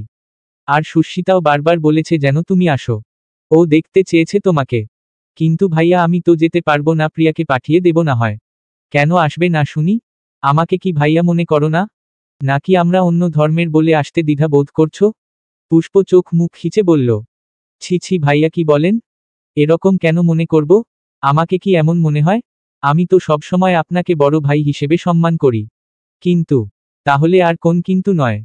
তোমাকে বিয়ের দিন দেখতে চাই মানে চাই। প্রার্থকে পাঠিয়ে দেব। তুমি আর প্রিয়া চলে আসবে। যদি না আসো তাহলে ভাববো আমি যা ভাবছি তাই। পুষ্প কোন উপায় না পেয়ে হাল ছেড়ে দিল। সে কখনো কার্তিক ভাইকে আলাদা কিছু মনে করেনি। বড় ভাইয়ের মতো সম্মান করেছে সবসময়। কার্তিক লোকটাও তেমনই। একেবারে ছোট বোনের মতো আদর করেছে সবসময় পুষ্পপ্রিয়াকে। প্রার্থর বন্ধুদের মাঝে সবাই বেশ ভালো মিশুক। সবার সাথেই একদম মিশে যায়। শুধু প্রার্থটাই কেমন একরেখা স্বভাবের। চুপচাপ গম্ভীর আর নির্দয় এক পুরুষ। পুষ্প চুপ করে আছে বলে কার্তিক আবার বলল, কি আসবে তো? পুষ্প তপ্ত শ্বাস ছেড়ে বলল, আসবো। আচ্ছা থ্যাংক ইউ। আমি তাহলে প্রার্থকে বলে দিচ্ছি তোমাকে নিয়েই চলে আসবে। কথা শেষে ফোনটা কেটে দিল সে। পুষ্প হতাশ বসে রইলেও প্রিয়ার মাঝে উৎফুল্লতার শেষ নেই। হই হই করে নাচছে সে। পুষ্প যাবে না বলে যে কতটা মনমরা হয়েছিল মেয়েটা, এখন যাওয়ার কথা শুনে খুশিতে একেবারে লাফিয়ে উঠছে। শুনছ? স্নিগ্ধ মেঘ ফুল এমন করে কেন ছুলে? ধুলো জমা হৃদয় কেন স্বচ্ছতা হয়ে এলে? শোনো প্রভাতীর কোমল সূর্য, আমার এমন কেন হয়? তুমি ছাড়া বুকের ভেতর কেন জ্যৈষ্ঠের বন্যা বয়? শুনছ স্বপ্নচারিণী, এই আমার এমন লাগে। তোমার হওয়ার ইচ্ছে জাগে। তুমি তো আমার নও, তবুও কেন আমার হও? শোনো অপ্রিয় অসুখ, বুকের ভেতর কি নিদারুণ বিসুখ। এই অসুখের ওষুধ কি? যদি তুমিই হও সেই নিরাময়ী সুখ, তবে সারিয়ে দাও তুমি নামক এই অসুখ। তুমি কি জানো, বুকের ভেতর পুষেছি তোমায়, না চাইতেও হচ্ছে তোমার আমার প্রণয়। এ কেমন বিষাদময় যন্ত্রণা, সে যন্ত্রণায় আমার তরি যায় ডুবিয়া। এ কেমন বিভীষিকা, তোমার জন্য শূন্য হৃদয় আজ উঠেছে ভরিয়া। কি নাম দেব এই মরীচিকার? ভালোবাসা? তবে যে ধুকে মরতে হবে তৃষ্ণায়। আমি কেমন করে সইব তোমার আমরণ প্রেম তৃষ্ণা। তানহা। কবিতা কপি করা কঠোরভাবে নিষিদ্ধ। গানের মানুষ মনের মানুষ, সুরের মানুষ, ছন্দের মানুষ। যে সুর তৈরি করে গান করে, সে কবিতাও তো লিখতে জানে। তার ভেতরে যে ছন্দের মেলা, সে ছন্দের মিলন ঘটিয়ে নিজের অব্যক্ত অনুভূতি ব্যক্ত করার প্রয়াস করছে। কবির ভাবে ফুটিয়ে তুলছে মনের ভাব। কনসার্ট শেষে মাত্রই বাড়িতে ফিরেছে প্রার্থ। আজকের কনসার্ট সুষ্ঠুভাবেই সম্পন্ন হয়েছে। কোন সন্দেহভাজন কাজও চোখে পড়েনি। হয়তো আগেরবার ধরা পড়া এবার আর ঝামেলা বাঁধায়নি তারা। কনসার্ট শেষ করে প্রার্থ বাড়িতে ফিরেছে রাত 2টার দিকে। এত রাতে ফিরেছে তবুও নিজের রুমে শুতে যায়নি। মন টানছিল না। মন মস্তিষ্কে সারাক্ষণ পুষ্প ঘুরে বেড়ায়। অশান্তি লাগে। তাই একটু শান্তির জন্য ডায়েরি আর কলমটা নিয়ে বসেছিল মিউজিক রুমে গান লিখতে। কিন্তু অবুঝ মন বসে বসে লিখে ফেলল আস্ত এক কবিতা। নিজের লেখা এমন কবিতায় নিজেই থমকায় প্রার্থ। মনের সাথে তার লেখা কবিতাটা কি সুন্দরভাবেই না মিলে গেল। এজন্যই বলে, প্রেমে পড়লে মানুষ কবি হয়, জটিল অসুখ জড়ানো রোগী হয়। এ রোগ কি সহজে ধরা দেয়? দেয় না। নিজেদের বুঝে নিতে হয় এই রোগ। আবার নিজেদেরকেই এর নিরাময়কারী ওষুধের খোঁজ করতে হয়। এই প্রার্থ, যে তার রোগটা সহজে ধরতে পারছে না, বা বলা চলে ধরতে গিয়েও ধরছে না। দূরে ঠেলে দিচ্ছে সবকিছু। অনুভূতিদের তো একবার দূরে ঠেলা যায়, 2বার যায়, 3বার যায়, কিন্তু বারবার বারবার কি তাদের দূরে ঠেলা যায়? যায় না। প্রার্থ তাদের এতবার দূরে সরিয়ে দেওয়া সত্ত্বেও তারা এসে আষ্টেপৃষ্ঠে ঝাপটে ধরছে তাকে। এখন নিজের উপরেই তিতিবিরক্ত সে। সবকিছুর মিল মিশেলে নিজেকে পাগল মনে হয়। প্রার্থর বুঝে আসে না যে এই কয়টা দিনে কেউ কারো ঘৃণা থেকে কি করে ভালোবাসায় পরিণত হতে পারে। এটা কি আদৌ সম্ভব? হয়তো সম্ভব, কিন্তু কিভাবে? কাউকে ভালোবাসার জন্য একটা কারণ তো অন্তত লাগে। কিন্তু প্রার্থর কাছে তো কোন কারণ নেই। তাহলে? নিজেকেই নিজের মনে প্রশ্ন করল সে। আবার ভেতরের অদৃশ্য আত্মাটা উত্তর হয়ে এলো। বলল, ভালোবাসতে কারণ লাগে না। কারণ দিয়ে ভালোবাসলে তো ওটা ভালোবাসা হয় না। তাহলে তুই কেন কারণ খুঁজছিস? তুই ভালোবাসিস? তোর অন্তর কাঁপে? তোর খালি খালি লাগে? তোর হৃদয় পুড়ে? তোর মন বেহা হয়? প্রার্থর মন থেকে উত্তর আসলো, হ্যাঁ, অন্তর কাঁপে, শূন্য শূন্য লাগে, হৃদয় পুড়ে, বেহা তো হচ্ছেই। অদৃশ্য আত্মাটা আবার বলে, তাহলে আর কি কারণ চাই? এই কারণগুলো কি যথেষ্ট নয় অনুভূতি বোঝার জন্য? প্রার্থ দীর্ঘ শ্বাস নিল। হতাশ ভঙ্গিতে ছাড়ল শ্বাস। হার মেনে নিল হয়তো। আর কতদিন এমন যুদ্ধ করবে নিজের সাথে? স্বীকার কি করবে না কখনো? অবশ্যই করবে। করতে হবে স্বীকার। নয়তো প্রতিটা মুহূর্তে নিজের সাথে নিজের যুদ্ধ চলবে তার মাঝে। এর চেয়ে ভালো আত্মসমর্পণ করা। ভালো যখন বেসেছে তখন স্বীকার করতে ক্ষতি কি? গুনে গুনে পেরিয়ে গেছে 6টা দিন। আজ রবিবার কার্তিকের বিয়ে। বিয়ের জন্য বড় একটা কমিউনিটি সেন্টার বুক করা হয়েছে। পুষ্পদের বাড়ির সামনে কালো একটি গাড়ি দাঁড় করানো। ভেতরে ড্রাইভিং সিটে প্রার্থ বসা এবং তার পাশের সিটে বসা অন্ত। দুজনেই ফর্মাল লুকে এসেছে। প্রার্থর পরনের সবকিছু কালো। কালো প্যান্ট, কালো শার্ট, তার উপর কালো কোট। অন্তরও একই সাজসজ্জা। এমন সাধারণ লুকেও দুই ভাইকে অস্থির লাগছে। কিছুক্ষণের মধ্যে ভেতর থেকে বেরিয়ে এলো পুষ্পপ্রিয়া এবং প্রান্ত। প্রান্ত প্রার্থদের সাথেই এসেছে। সে এসেই পুষ্পদের ডাকতে চলে গেছিল ভেতরে। এখন পুষ্পর হাত ধরে লাফিয়ে লাফিয়ে আসছে। প্রার্থ এক ফাঁকে গাড়ি থেকেই তাকালো জানালার বাইরে। আচমকা চোখ গিয়ে বার্তালো এক রমণীর দিকে। সেথায় তাকিয়ে আটকে গেল চাউনি, থমকে দাঁড়ালো হৃদস্পন্দন। কাকতালীয়ভাবে আজ তারা দুজনেই ম্যাচিং ড্রেস পরে আছে। প্রার্থর পরনে কালো স্যুট বুট আর পুষ্পর পরনে কালো একটা শাড়ি। ফর্সা মেয়েদের বোধ হয় কালোতে একটু বেশিই মানায়। প্রার্থ তো চোখই ফেরাতে পারছে না। মুখে কিন্তু তার তেমন কোন প্রসাধনীয় নেই। তবুও কত স্নিগ্ধ, কত মায়াবী লাগছে তাকে। এরকম নিষ্পাপ কোমল দেখতে মেয়েটাকে প্রার্থ এত অবহেলা করে? সে তো এরকম অবহেলা পাওয়ার যোগ্য নয়। ভাইয়ের মতো করে চোখ আটকে গেছে অন্তরও। আজ কি সব কাকতালীয়ভাবে হয়ে গেল? অন্তও সব ব্ল্যাক পরেছে, প্রিয়াও কালো রঙের একটা লেহেঙ্গা পরেছে। সাথে মুখে সুন্দর করে মেকআপ করেছে। প্রাইমার থেকে হাইলাইটার কোন কিছুই বাদ রাখেনি বোধ হয়। এমনিতেও প্রিয়া সুন্দর মানুষ, তার উপর তার এমন সাজে আরও সুন্দর লাগে। চোখ ধাঁধানো সৌন্দর্য যাকে বলে। এতদিন পর চোখের সামনে তার অন্তপ্রিয়াকে দেখে হৃদয় শান্তি অনুভব হলো বোধ হয়। প্রিয়া পুষ্প দুই বোন কোনোরকম কথাবার্তা ছাড়াই গাড়িতে উঠে বসল। সাথে প্রান্ত ওদের সাথে বসল। প্রিয়া একবার অন্তর সাথে কথা বলতে চাইল কিন্তু বলল না প্রার্থর জন্য। ওই টপিকটা এখানে না উঠানোই বেটার। তাই চুপ রইল। অন্ত তেমন কোন আগ্রহ দেখায়নি প্রিয়ার সাথে কথা বলার জন্য। প্রায় 23-24 দিন হয় অন্তর প্রিয়ার সাথে কোন কথা হয় না, দেখা হয় না। ছেলেটা কেমন ছিল এই কদিন শুধু সেই জানে। আজ তাকে দেখেও শান্তি কথা বলার প্রয়োজন নেই। গাড়ি স্টার্ট করার আগে প্রার্থ সামনের মিররটা পুষ্পর দিকে তাক করল। আবার সেথায় ভেসে উঠল সেই হৃদয়হরণী চোখ দুটো। সময় ব্যয় না করে গাড়ি স্টার্ট করল। গাড়ি চালানোর মাঝে মাঝেই একটু একটু দেখবে তাকে। অনেকদিন তো হলো দেখা না দেখার খেলা। আর কত এবার লুকিয়ে হলেও একটু দেখতে হবে তার ফুলকে। কার্তিকের বিয়ের জন্য বিশাল কমিউনিটি সেন্টার বুক করা হয়েছে। সেখানেই সব আয়োজন করা হয়েছে। কিছুক্ষণের মধ্যেই প্রার্থরা চলে আসলো সেন্টারে। সবাইকে নিয়ে এগিয়ে গেল ভেতরে। খুব সুন্দর ডেকোরেশন করা হয়েছে হলটা। প্রার্থ সবাইকে নিয়ে ভেতরে ঢুকল। একটু সামনে যেতেই দেখা মিলল সবার। সন্ধ্যার দিকে বিয়ে পড়ানো হবে, এখন সকলে আনন্দমতো নাচ গান করছে। সন্ধ্যার পরে প্রার্থরাও পারফরমেন্স করবে। তাদের দলের সিঙ্গারের বিয়ে, তাদের গলায় গান হবে না, এটা হয় নাকি? প্রার্থদের দেখেই সামনে চেয়ারে বসা থেকে উঠে এলো অর্ণব আর রকি। অর্ণব সামনে এসেই সুন্দর একটা হাসি দিয়ে পুষ্পর উদ্দেশ্যে বলল, বাহ প্রিন্সেস, তোমাকে তো কালোতে প্রিন্সেস ডায়নার মতো লাগছে, অনেক সুন্দর লাগছে। রকি বলল, ঠিক ঠিক, যাই বলিস, আমাদের প্রার্থ কিন্তু সুন্দরী বউই পেয়েছে। এখন এরকম সুন্দরী বউ 2-4টা আমাদের কপালেও জুটুক। সবাই হাসলো একটু। অর্ণব তাকালো প্রার্থর দিকে। প্রার্থর চাহনি ছিল শক্ত। অর্ণব ওই চাহনি দেখেই ভ্যাবলার মতো হেসে বলল, হে হে, কিরে তুই ওইভাবে তাকিয়ে আছিস কেন? তোকেও সুন্দর লাগছে, কিন্তু প্রিন্সেসকে একটু বেশিই লাগছে। প্রার্থ কিছু বলল না, দাঁতে দাঁত চেপে রইল। প্রিয়া ঠোঁট উল্টিয়ে বলল, অর্ণব ভাই শুধু বুবুকেই চোখে দেখে, এখানে যে আরেকটা সুন্দরী দাঁড়িয়ে আছে তার কি কোন খেয়াল আছে? প্রিয়ার কথায় হাসল সকলে। শুধু হাসল না প্রার্থ আর অন্ত।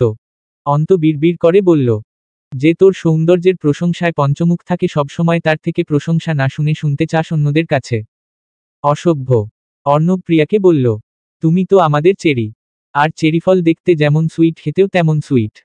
তুমি তো আগে থেকেই সুন্দরী মিষ্টি একটা মেয়ে, তোমার আবার প্রশংসা করতে হয় নাকি? প্রিয়া খুশি হয়ে গেল অর্ণবের কথায়।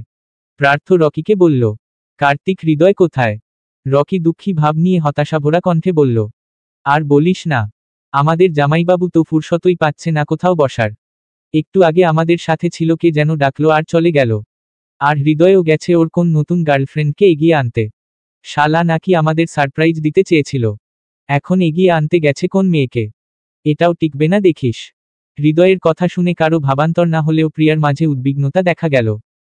হৃদয়ের সাথে কোন মেয়ের কথা শুনেই শ্বাস আটকে আসছে তার।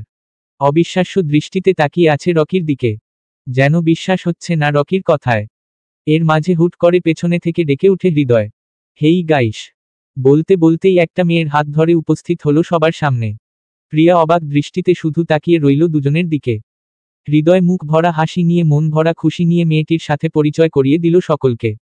বলল, তোদের বলেছিলাম না সারপ্রাইজ দিব, এই আমার সারপ্রাইজ। ও মোহ, আমার জান। ঈষৎ প্রিয়ার বোধ হয় একটু কষ্ট লাগলো এভাবে অন্য কাউকে জান ডাকায়। যে ডাক সে শুনতে চেয়েছিল, সেই ডাক নিজের চোখের সামনেই অন্য কাউকে ডাকতে দেখছে। কেমন শ্বাসরুদ্ধকর অবস্থা হয়ে যাচ্ছে, শ্বাস নিতে কষ্ট হচ্ছে। মেয়েটার দিকে তাকালে হিংসে হচ্ছে ভীষণ। মেয়েটা এত সুন্দর কেন?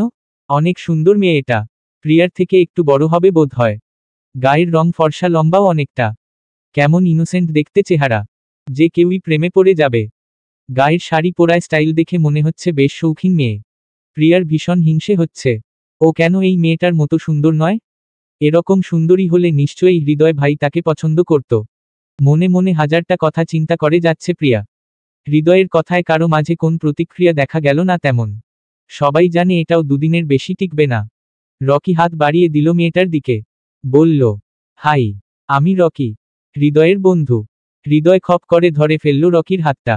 বলল, সর শালা, ওকে ছুবি না। রকি যেন আকাশ থেকে পড়ল। বলল অবাক হয়ে, ছুব না? ভাই, এটা তুই তো, তোর সব গার্লফ্রেন্ডের সাথেই তো হাত মেলাই। এখন চুপ কর শালা। আমার গার্লফ্রেন্ড ছিল কয়টা? তুই সবগুলো বলছিস যে? শোন, ওর বিষয়ে আমি অনেক সিরিয়াস। ও তোর ভবিষ্যৎ ভাবি হবে। প্রার্থ একবার ওদেরকে দেখে গিয়ে বসল সামনের টেবিলটাতে। ওদের কথা শুনতে ইচ্ছুক নয় সে। পুষ্পরা সকলে দাঁড়িয়ে রইল মেয়েটার সাথে কথা বলতে। অর্ণব অবাক হয়ে জিজ্ঞেস করল, তোদের রিলেশন কতদিনের রে? 1 সপ্তাহ। অর্ণব রকি একে অপরের দিকে চাওয়াচাওয়ি করে একসাথে বলে উঠল, ও এজন্যই। আচ্ছা, আরো 1 সপ্তাহ যেতে দে। হৃদয় ওদের কথায় পাত্তা দিল না। মোহ মেয়েটাকে বলল, মোহ, ওরা আমার বন্ধু, তুমি তো চেনোই ওদের। আর ও হচ্ছে পুষ্প, আমাদের প্রার্থর বউ। আর ও হচ্ছে প্রিয়া, পুষ্পর ছোট বোন। পুষ্প হেসে মেয়েটাকে বলল, বাহ, আপনি তো বেশ মিষ্টি দেখতে। হৃদয় ভাইয়ের পছন্দ আছে বলতে হবে। মেয়েটা মিষ্টি হেসে সবার সাথে পরিচিত হয়ে নিল। কথা বলল রিংরিঙে গলায়, আপনি বলতে হবে না, তুমি বলতে পারো। আমরা সমবয়সী হব। তুমিও দেখতে অনেক মিষ্টি। কথাবার্তা শুনেই মনে হয় ভদ্রটাইপ মেয়ে। অল্প কথাতেই কি সুন্দর মিশে গেল। পুষ্পরা তো দাঁড়িয়ে দাঁড়িয়েই গল্প জুড়ে দিল। কিন্তু এগুলো সহ্য হলো না প্রিয়ার। ওই মেয়েটার প্রতি নিজের বোনের আদিক্ষেতাও পছন্দ হলো না। আজকে হৃদয় বোধ হয় প্রিয়াকে শুধু কষ্ট দেওয়ার জন্যই এখানে এসেছে। সহ্য হচ্ছে না হৃদয়ের পাশে মেয়েটাকে দেখে। একটা কথাও বলল না মোহর সাথে। পুষ্পকে ছোট্ট করে বলল, বুবু আমি ওয়াশরুম থেকে আসছি, থাকো। পুষ্প কিছু বলার আগেই হনহনিয়ে চলে গেল সে। পুষ্প যেতে দিল তাকে। প্রিয়ার দিকে ধ্যান না দিয়ে কথা বলল মোহর সাথে। তবে অন্তর নজরে এলো সবই। সে এতক্ষণ চুপচাপ প্রিয়ার রিয়েকশন দেখেছে। একদিকে খুশিও হয়েছে, অন্যদিকে রাগও হচ্ছে। খুশি হচ্ছে কারণ হৃদয় একেবারে ঠিক জায়গায় তার গার্লফ্রেন্ড নিয়ে এসেছে। এখন আর প্রিয়া হৃদয় হৃদয় করতে পারবে না। বিষয়টা আনন্দের। কিন্তু রাগ হচ্ছে এজন্য কারণ প্রিয়া হৃদয়ের জন্য কষ্ট পাচ্ছে। জিনিসটা ভালো লাগছে না। প্রিয়ার সুখ দুঃখ সব অন্ততেই সীমাবদ্ধ থাকবে। সেখানে তার অন্তপ্রিয়া কেন অন্যের জন্য কষ্ট পাবে? সেও পেছনে পেছনে হাঁটল প্রিয়ার। প্রিয়ার আগে ওয়াশরুমের বাহানায় করে কোন দিক দিয়ে কোথায় যাচ্ছে নিজেও জানে না। লাহেঙ্গা ধরে হাঁটতে হাঁটতে দেখল সামনে সিঁড়ি। সিঁড়ি সোজা চলে গেছে টেরেসে। সে সেই সিঁড়ি বেয়েই হনহনিশে উপরে উঠল। ছাদটাও খুব সুন্দর ডেকোরেট করা। প্রিয়া একেবারে গিয়ে রেলিং ধরে দাঁড়ালো। হুট করেই ফুপিয়ে কেঁদে উঠল। অন্তও পিছু পিছু এসে দাঁড়ালো। পেছনে থেকেই প্রিয়াকে ফুপাতে দেখে বুকে ব্যথা হলো ভীষণ। আস্তে ধীরে এগিয়ে গেল কাছে। ঠিক পেছনে দাঁড়িয়ে হাত বাড়ালো প্রিয়ার দিকে। কাঁধে আলতো করে হাত রাখতেই চমকে যায় প্রিয়া। হরবার করে চোখ মুছে পেছনে ঘুরে দেখে অন্ত করুণ চোখে তাকিয়ে আছে। চশমার আড়ালে থাকা চোখটায় স্পষ্ট মায়া জড়ানো। প্রিয়া চোখ মুছে বলল, তুমি? অন্ত নিজের মাঝে গম্ভীর্যতা আনার চেষ্টা করল। না জানার ভান ধরে বলল, কাকে আশা করেছিলি? কাঁদছিস কেন? এমনি এমনি এমনি কেউ কাঁদে না। বল কেন কাঁদছিলি? প্রিয়া বলল না। কথা ঘুরিয়ে নিল। বলল, এমনি কিছু না। আর তোমার সাথে কথা ছিল। আসলে সরি, ওই দিন তোমার সাথে বাজে ব্যবহার করে ফেলেছি। আমি ভেবেছিলাম তুমি প্রার্থ ভাইকে বলেছ হৃদয় ভাইয়ের কথা। অন্ত পুরনো টপিকে গেল। সবে তৈরি হওয়া নতুন টপিকটা নিয়ে আলোচনা করতে চাইল। বলল, তা তোর হৃদয় ভাইয়ের গার্লফ্রেন্ড দেখেছিস? পছন্দ হয়েছে তোর? মেয়েটা এমনিতেই কান্না ধরে রাখতে পারছে না, তার উপর অন্ত আবার এই কথা বলল। প্রিয়া ঠোঁট উল্টে কেঁদে দিল আবার। তুমি কাটা ঘায়ে নুনের ছিটা কেন দিচ্ছ? আমি কিছুই করছি না। তোকে সত্যটা বললাম। একটু আগেই তো দেখলি কত সুন্দর গার্লফ্রেন্ড নিয়ে ঘুরছে। প্রিয়া আরো কেঁদে উঠল। কান্নার আওয়াজ বেশি নয়, শব্দহীন কাঁদছে। কাঁদতে কাঁদতে বলল, হৃদয় ভাই আমাকে কেন ভালোবাসলো না অন্ত ভাই? কেন সে অন্য কাউকে ভালোবাসল? প্রিয়ার প্রশ্নের বিপরীতে ভেসে এলো শান্ত স্রোতহীন নদীর ন্যায় শীতল কণ্ঠ। তুই কেন আমাকে ভালোবাসলি না প্রিয়া? যে তোকে ভালোবাসে তাকে কেন তুই ভালোবাসিস না? প্রিয়া হয়তো বুঝল না অন্তর কথার অর্থ। সে কান্না থামিয়ে বোকা বোকা চোখে তাকালো অন্তর দিকে। অন্ত এগিয়ে এলো 2 কদম। বলল অসহায় কণ্ঠে, তোকে একটু উঠে পারি? প্রিয়া কিছু বলল না, কিন্তু অন্তর হাবভাব তার বুঝে আসছে না। প্রিয়া কিছু বলছে না বলে তার অনুমতির অপেক্ষায় রইল না অন্ত। দুহাত বাড়িয়ে প্রিয়ার 2 গাল স্পর্শ করল। কৃষ্ণবর্ণের হাতজোড়ার আজলায় পুড়ে নিল প্রিয়ার মুখ। বুড়ো আঙ্গুলের সাহায্যে মুছিয়ে দিল চোখের জল। ভাঙা ভাঙা গলায় বলল, তোর কি আর কাউকে চোখে পড়ে না প্রিয়া? হৃদয় ছাড়া কি আর কাউকে নজরে পড়ে না? এমন কেউও তো আছে পৃথিবীতে যে তোকে তোর থেকেও বেশি ভালোবাসে। তাকে কেন তুই দেখিস না? তার ভালোবাসা কেন তোর নজরে আসে না? তোর মুখে যতবার হৃদয় নামটা শুনি ততবার আমার হৃদয় পুড়ে ছারখার হয়। বুকের ভেতরে আগুন জ্বলে। শান্ত হয়ে থাকতে মন চায় না। জ্বালিয়ে পুড়িয়ে দিতে ইচ্ছে করে সব। তুই কোনো কারণে কষ্ট পেলে সেই কষ্টটা আমার মনে গিয়েও লাগে। এজন্য কখনো তোকে কষ্ট দিতে চাই না। তোর খারাপ লাগা জিনিস এড়িয়ে চলি সব সময়। প্রতিটা ছোট ছোট বিষয়ে খেয়াল রাখার চেষ্টা করি। আমার ভালোবাসায় তাহলে কিসের কমতি রইল যে তোর নজরেই এলো না? আমাকে কেন ভালোবাসিস না প্রিয়া? কেন এত কষ্ট দিস? একটু ভালোবাসো না। তোর বিরহে আর কতদিন পুরব? পুড়িয়ে ছাই করে দিলি তো আমাকে। অনেক ব্যথা করে এখন জানিস। তুই আমার প্রিয়া। আমি তোকে অন্য কারো সাথে দেখতে পারবো না। প্রিয়া এতক্ষণ ধরে চুপচাপ শুনে গেল কথাগুলো। কথাগুলো কি বুঝেছে সে?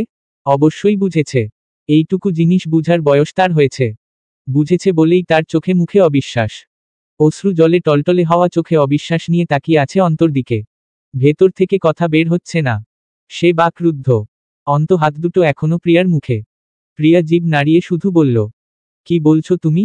অন্ত একইভাবে বলল, সত্যিই বলছি প্রিয়া। আমি ভালোবাসি তোকে। I love you. And now I will badly need you. তোকে ছাড়া তোকে মনের সব অনুভূতি না জানিয়ে থাকা আর সম্ভব হচ্ছে না। ছোটবেলায় অনেক হিংসে করতাম তোকে। ভীষণ রাগ হতো তোর উপর। আমার সবকিছুতে তুই আগে ভাগ বসাতি। ছোটবেলায় অনেক শান্ত ছিলাম বলে কিছু বলতেও পারতাম না। কিন্তু আমাকে জ্বালিয়ে তোর যে খুশিটা হতো ওই খুশি দেখলে আমিও খুশি হয়ে যেতাম। তখনও জানি না ভালোবাসা কাকে বলে। ধীরে ধীরে তুই অভ্যেসে বদলে গেছিস। তোকে ছাড়া কিছুই ভালো লাগে না। একদিন ঝগড়া না হলে মনে খুঁতো খুঁতো লাগে। একদিন তোকে না দেখলে পাগল পাগল লাগে। এত কিছু কেন হয় বল? ভালোবাসার জন্যই তো হয়, তাই না? তোর মুখে হৃদয় শুনলে আমার এত জ্বলে কেন বল? তোকে ভালোবাসি বলেই তো। কথা শেষেই প্রিয়া অন্তর হাতটা ঝাড়া দিয়ে সরিয়ে নিল নিজের মুখ থেকে। ভ্রুকুটি করে বলল, তুমি পাগল হয়ে গেছো অন্ত ভাই। কি সব বলছো? তোমার আমার মাঝে এমন সম্পর্ক আসলো কোত্থেকে? অন্ত হেসে বলল, এজন্যই তোকে কখনো মনের কথা বলিনি। আমি জানি তুই মানবি না এটা। কিন্তু আজ আর নিজেকে আটকাতে পারলাম না। আর কত চেপে রাখবো বল? তোকে ছাড়া আমার চলছে না। চুপ করো। তোমার লজ্জা লাগছে না আমাকে এগুলো বলতে? মদ গিলেছ? কি বলছো বুঝতে পারছো? কি হয়েছে তোমার? অসুখ হয়েছে আমার। তোর অসুখ? তোকে ভালোবাসার অসুখ? নির্লজ্জের মতো কথা বলছো তুমি। তোমার মাথা ঠিক নেই, যাও এখান থেকে। আমি নির্লজ্জ? নির্লজ্জ বলেই এখনো এখানে দাঁড়িয়ে আছি। নির্লজ্জ বলেই তোকে এখনো ভালোবাসি। নির্লজ্জ বলেই তোকে পাওয়ার যন্ত্রণায় ধুকে মরছি। আমাকে কি ভালোবাসা যায় না প্রিয়া? আমি দেখতে খুব খারাপ? আমার ক্যারেক্টার খারাপ? আমাকে কেন ভালোবাসা যায় না বল? প্রিয়া বুঝতে পারছে না সে কি বলবে। অন্তর কাছ থেকে হঠাৎ এমন কথা কখনো আশা করেনি সে। অন্ত ভালোবাসে তাও প্রিয়াকে? সব তার মাথার উপর দিয়ে যাচ্ছে। প্রিয়াকে চুপ দেখে অন্ত আবার বলল, ঠিক আছে ভালোবাসিস না, কিন্তু অন্য কাউকে মনে জায়গা দিতে পারবি না। তুই শুধু আমার। আমি তোকে অন্য কারো হতে দেখতে পারবো না প্রিয়া। মরে যাব আমি। প্রথমে স্বর কঠোর থাকলেও শেষ কথাগুলোতে মিয়ে আসে অন্ত। শান্তশিষ্ট ভদ্র ছেলেরা প্রেমে পড়লে ভীষণ অগোছালো হয়ে পড়ে। কোনটা ভুল কোনটা ঠিক বুঝে আসে না। অন্তরও তাই হচ্ছে হয়তো। ভুল সঠিক বোঝার সময় নেই তার। প্রিয়াকে চাই মানে চাইই। যে কোনো কিছুর মূল্যে হলেও তার তাকেই চাই। প্রিয়াকে বাকরুদ্ধ বিমূঢ় করে দিয়ে সেখান থেকে চলে গেল অন্ত। প্রিয়া অনুভূতিহীন চোখে তাকিয়ে রইল সামনে। তার কি করা উচিত বা কি বলা উচিত সে জানে না। অন্ত তাকে আজ বিশাল বড় একটা শক দিয়ে গেল। এরকম ঝটকা আগে কখনো খেয়েছে কিনা মনে পড়ছে না। হৃদয়ের অন্য মেয়ের সাথে রিলেশনের কথাও প্রিয়াকে এতটা নাড়িয়ে তুলেনি যতটা অন্তর ভালোবাসি কথায় নাড়িয়েছে। প্রার্থরা 3 বন্ধু একটা রুমে সোফায় আরামে বসে আছে। কার্তিক ওদেরকে বর্তমানে এখানে রেস্ট করতে বলেছে। সন্ধ্যার দিকেই বিয়ে পড়ানো হবে। প্রার্থর আর ভালো লাগছে না এখানে। সে একটু পুষ্পর আশেপাশে থাকতে চেয়েছিল, কিন্তু এ মেয়ে প্রার্থর সামনে আসতেই চাইছে না। প্রার্থর সামনে থেকে সরে যেতে গেছে সুস্মিতার কাছে বউয়ের সাথে কথা বলতে। প্রার্থর ভালো লাগেনি বিষয়টা। আজ কতদিন পর একটু দেখা পেল, একটু দেখবে তাকে, তা না সে ঘুরে বেড়াচ্ছে অন্য জায়গা দিয়ে। এতদিনে প্রার্থ এটুকু বুঝেছে যে এই মেয়েকে তার লাগবে। মস্তিষ্কে তার অবাধ বিচরণ থামাতে হলেও তাকে লাগবে। ফাঁকা শূন্য হৃদয় ভরে তুলতেও তাকে লাগবে। মনের শান্তির জন্য হলেও তাকে লাগবে। চোখের শান্তির জন্যেও তার পুষ্পকে লাগবে। আর এটা উপলব্ধি করতে প্রার্থর অনেকটা সময় লেগে গেছে। রুমে 3 জন 3 জনের ভাবনায় ডুবে আছে। প্রার্থ আছে তার ফুলের চিন্তায়, আর অন্যবার রকি নিজেদের ফোন স্ক্রুল করছে। বিয়ে বাড়িতেও 3 জন এত শান্ত রয়েছে, মনে হয় নয় এরা বিয়েতে এসেছে। সব আনন্দ হৃদয়ের। সে দিব্যি তার নতুন প্রেমিকা মোহকে নিয়ে ঘুরে বেড়াচ্ছে। রকি হঠাৎ উঠে কিছু না বলে বাইরে চলে গেল। বাকি বসে রইল ওরা 2 জন। কিছুক্ষণ সময় নীরবতায় কেটে যাওয়ার পর প্রার্থ ডাকল অর্ণবকে। অর্ণব। অর্ণব ফোন স্ক্রুল করছিল। ওইভাবে স্ক্রিনে চোখ রেখেই বলল, বল। প্রার্থ সোফায় মাথা এলিয়ে দিল। চোখ বন্ধ রেখে বলল, পুষ্পকে এখনো পছন্দ করিস? অর্ণব এবার ঘুরে তাকায় প্রার্থর দিকে। সন্দিহান গলায় বলল, হঠাৎ এ প্রশ্ন কেন? প্রার্থ একইভাবে থেকে বলল, প্রশ্নের বদলে প্রশ্ন পছন্দ করি না জানিসই তো। যা বলেছি তার উত্তর দে। অর্ণব নির্দ্বিধায় বলল, তোকে কেন বলবো? প্রার্থ চোখ খুলল। নিগুড় ভঙ্গিতে তাকিয়ে শক্ত গলায় বলল, আমাকেই বলবি। বউ হয় আমার। তাকে তুই লাইক করিস কিনা জানবো না? অর্ণব ঝোঁক বুঝে কোপ মারতে চাইল। সে জানে প্রার্থ জেলাস, তাই তাকে আরো জ্বালানোর জন্য বলল, যদি বলি হ্যাঁ, তো কি করবি? প্রার্থ ছো মেরে অর্ণবের কলার টেনে ধরল। তাকে মুখোমুখি করে দাঁতে দাঁত পিষে বলল, ভুলে যাস না অর্ণব, ও এখন আমার বউ। তোর ভাবি হয়। ওর দিক থেকে নজর সরিয়ে নে, নয়তো ভুলে যাব তুই আমার বন্ধু।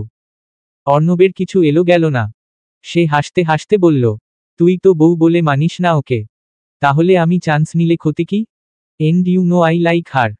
প্রার্থর আগে হিতাহিত জ্ঞান হারিয়ে অর্ণবের গালে থাপ্পড় মারল দাঁড়িয়ে। কলার ধরে টেনে দাঁড় করিয়ে বলল, অর্ণব দূরে থাক ওর থেকে। যতদিন ওর প্রতি আমার কোন অনুভূতি ছিল না ততদিন তোকে কোন কিছুতেই বাধা দেইনি। কিন্তু এখন। প্রার্থ থেমে গেল। অর্ণব গালে হাত রেখে বলল, এখন কি বল? এখন কেন বাধা দিচ্ছিস? ভালোবাসিস ওকে? প্রার্থ অর্ণবকে ছেড়ে বলল, হ্যাঁ বাসি। এতদিন ওকে দূরে ঠেলেছি তোর কারণে। আমাদের বিয়ের আগেই আমি জানতাম তুই ওকে পছন্দ করিস। আমি কিছু বলিনি কারণ তুই নিতান্তই ভালো ছেলে। তোর সাথে ওকে দিতে আমার সমস্যা ছিল না। এরপর ও নিজে এসে আমাকে বলে ও আমাকে ভালোবাসে, তখনও ওকে ফিরিয়ে দিয়েছি কারণ ওকে তোর ভালো লাগতো বলে। তারপর আমাদের বিয়ে হলো হুট করে, যার জন্য আমি সব দোষ পুষ্পকে দিয়েছি। আমার ধারণা ছিল ওই সবাইকে ভুলিয়ে ভালিয়ে বিয়েতে রাজি করিয়েছে। এরপর বারবার যখন ওকে দেখতাম তোর কথা মনে পড়তো। বিষয়টা বাজে লাগতো আমার কাছে। এজন্য ওকে আরো দূরে ঠেলেছি। কিন্তু আমি জানি না কোন ডোরে আমি ওকে দূরে ঠেলেও দূরে করতে পারছি না। এটাকে কি ভালোবাসা বলে না? তোর জন্য যাকে ছাড়তে চেয়েছি, দূর করতে চেয়েছি, তাকে তোর সাথে দেখলে জ্বলে যায় আমার। I am jealous. I am not ready to share her with anyone. She is mine and always will be mine. তুই ভুলে যা ওকে অর্ণব। আমি ওকে ছাড়তে পারবো না। কক্ষ খানিকক্ষণ নিশ্চুপ হয়ে রইল। শোনা যাচ্ছে শুধু প্রার্থর রাগত্ব উঠানামা করা ভারী শ্বাসের আওয়াজ। বাইরে থেকে বিয়ে বাড়ির শোরগোলের আওয়াজও আসছে। অর্ণব গালে হাত দিয়ে দাঁড়িয়ে। প্রার্থর কথাগুলো হজম করতে একটু বেগ পেতে হলো। যতই হোক সে ও তো মানুষ, রোবট নয় যে কোন অনুভূতি থাকবে না। অনুভূতি তো তার মাঝেও ছিল। দিন শেষে সে তো রক্তে মাংসে গড়া মানুষ। আল্লাহর সৃষ্টি। তার মাঝে সকল ধরনের অনুভূতি কাজ করে। সে ক্ষেত্রে এতটুকু কষ্ট পাওয়া স্বাভাবিক। তবে এগুলো অর্ণব আমলে নেয় না। সে এখন অ্যাডাল্ট। তার সঠিক ভুল বোঝার মতো জ্ঞান আছে। যে তার নয় তার জন্য কষ্ট পেয়েও কোন লাভ নেই। উল্টো আরও পাপ হবে। সে নারী এখন অন্য কারো স্ত্রী। সেই অন্য কেউটা আবার অর্ণবেরই প্রিয় বন্ধু। সে হিসেবে বন্ধুর বউকে নিয়ে ভাবাটাও তো পাপ। কিন্তু মানুষ যে অনুভূতির কাছে পরাজিত, সেটা দামিয়ে রাখা মানুষের পক্ষে সম্ভব নয়। অর্ণব যথাসম্ভব চেষ্টা করল নিজেকে প্রস্তুত করার। বড় একটা শ্বাস টানল। গালে হাত রেখেই অভিমানী গলায় বলল, তাই বলে তুই মারবি প্রার্থ? তুই না ছাড়লে ছাড়বি না ওকে? আমি বলেছি নাকি ছাড়তে? আমি তো শুধু চান্স নিতে চেয়েছিলাম। কিন্তু যদি তুই ভালোবাসিস তাহলে আর কিছু করব না। তবুও যদি সামান্য একটু সুযোগও পাই তাহলে কিন্তু হাতছাড়া করব না। প্রার্থ কপালে আঙ্গুল ঘষল। চোখ বুজে রইল কিছুক্ষণ। শান্ত স্বরে কঠোর কিছু বাক্য বলল, অর্ণব, তুই আমার ছোটবেলার বন্ধু।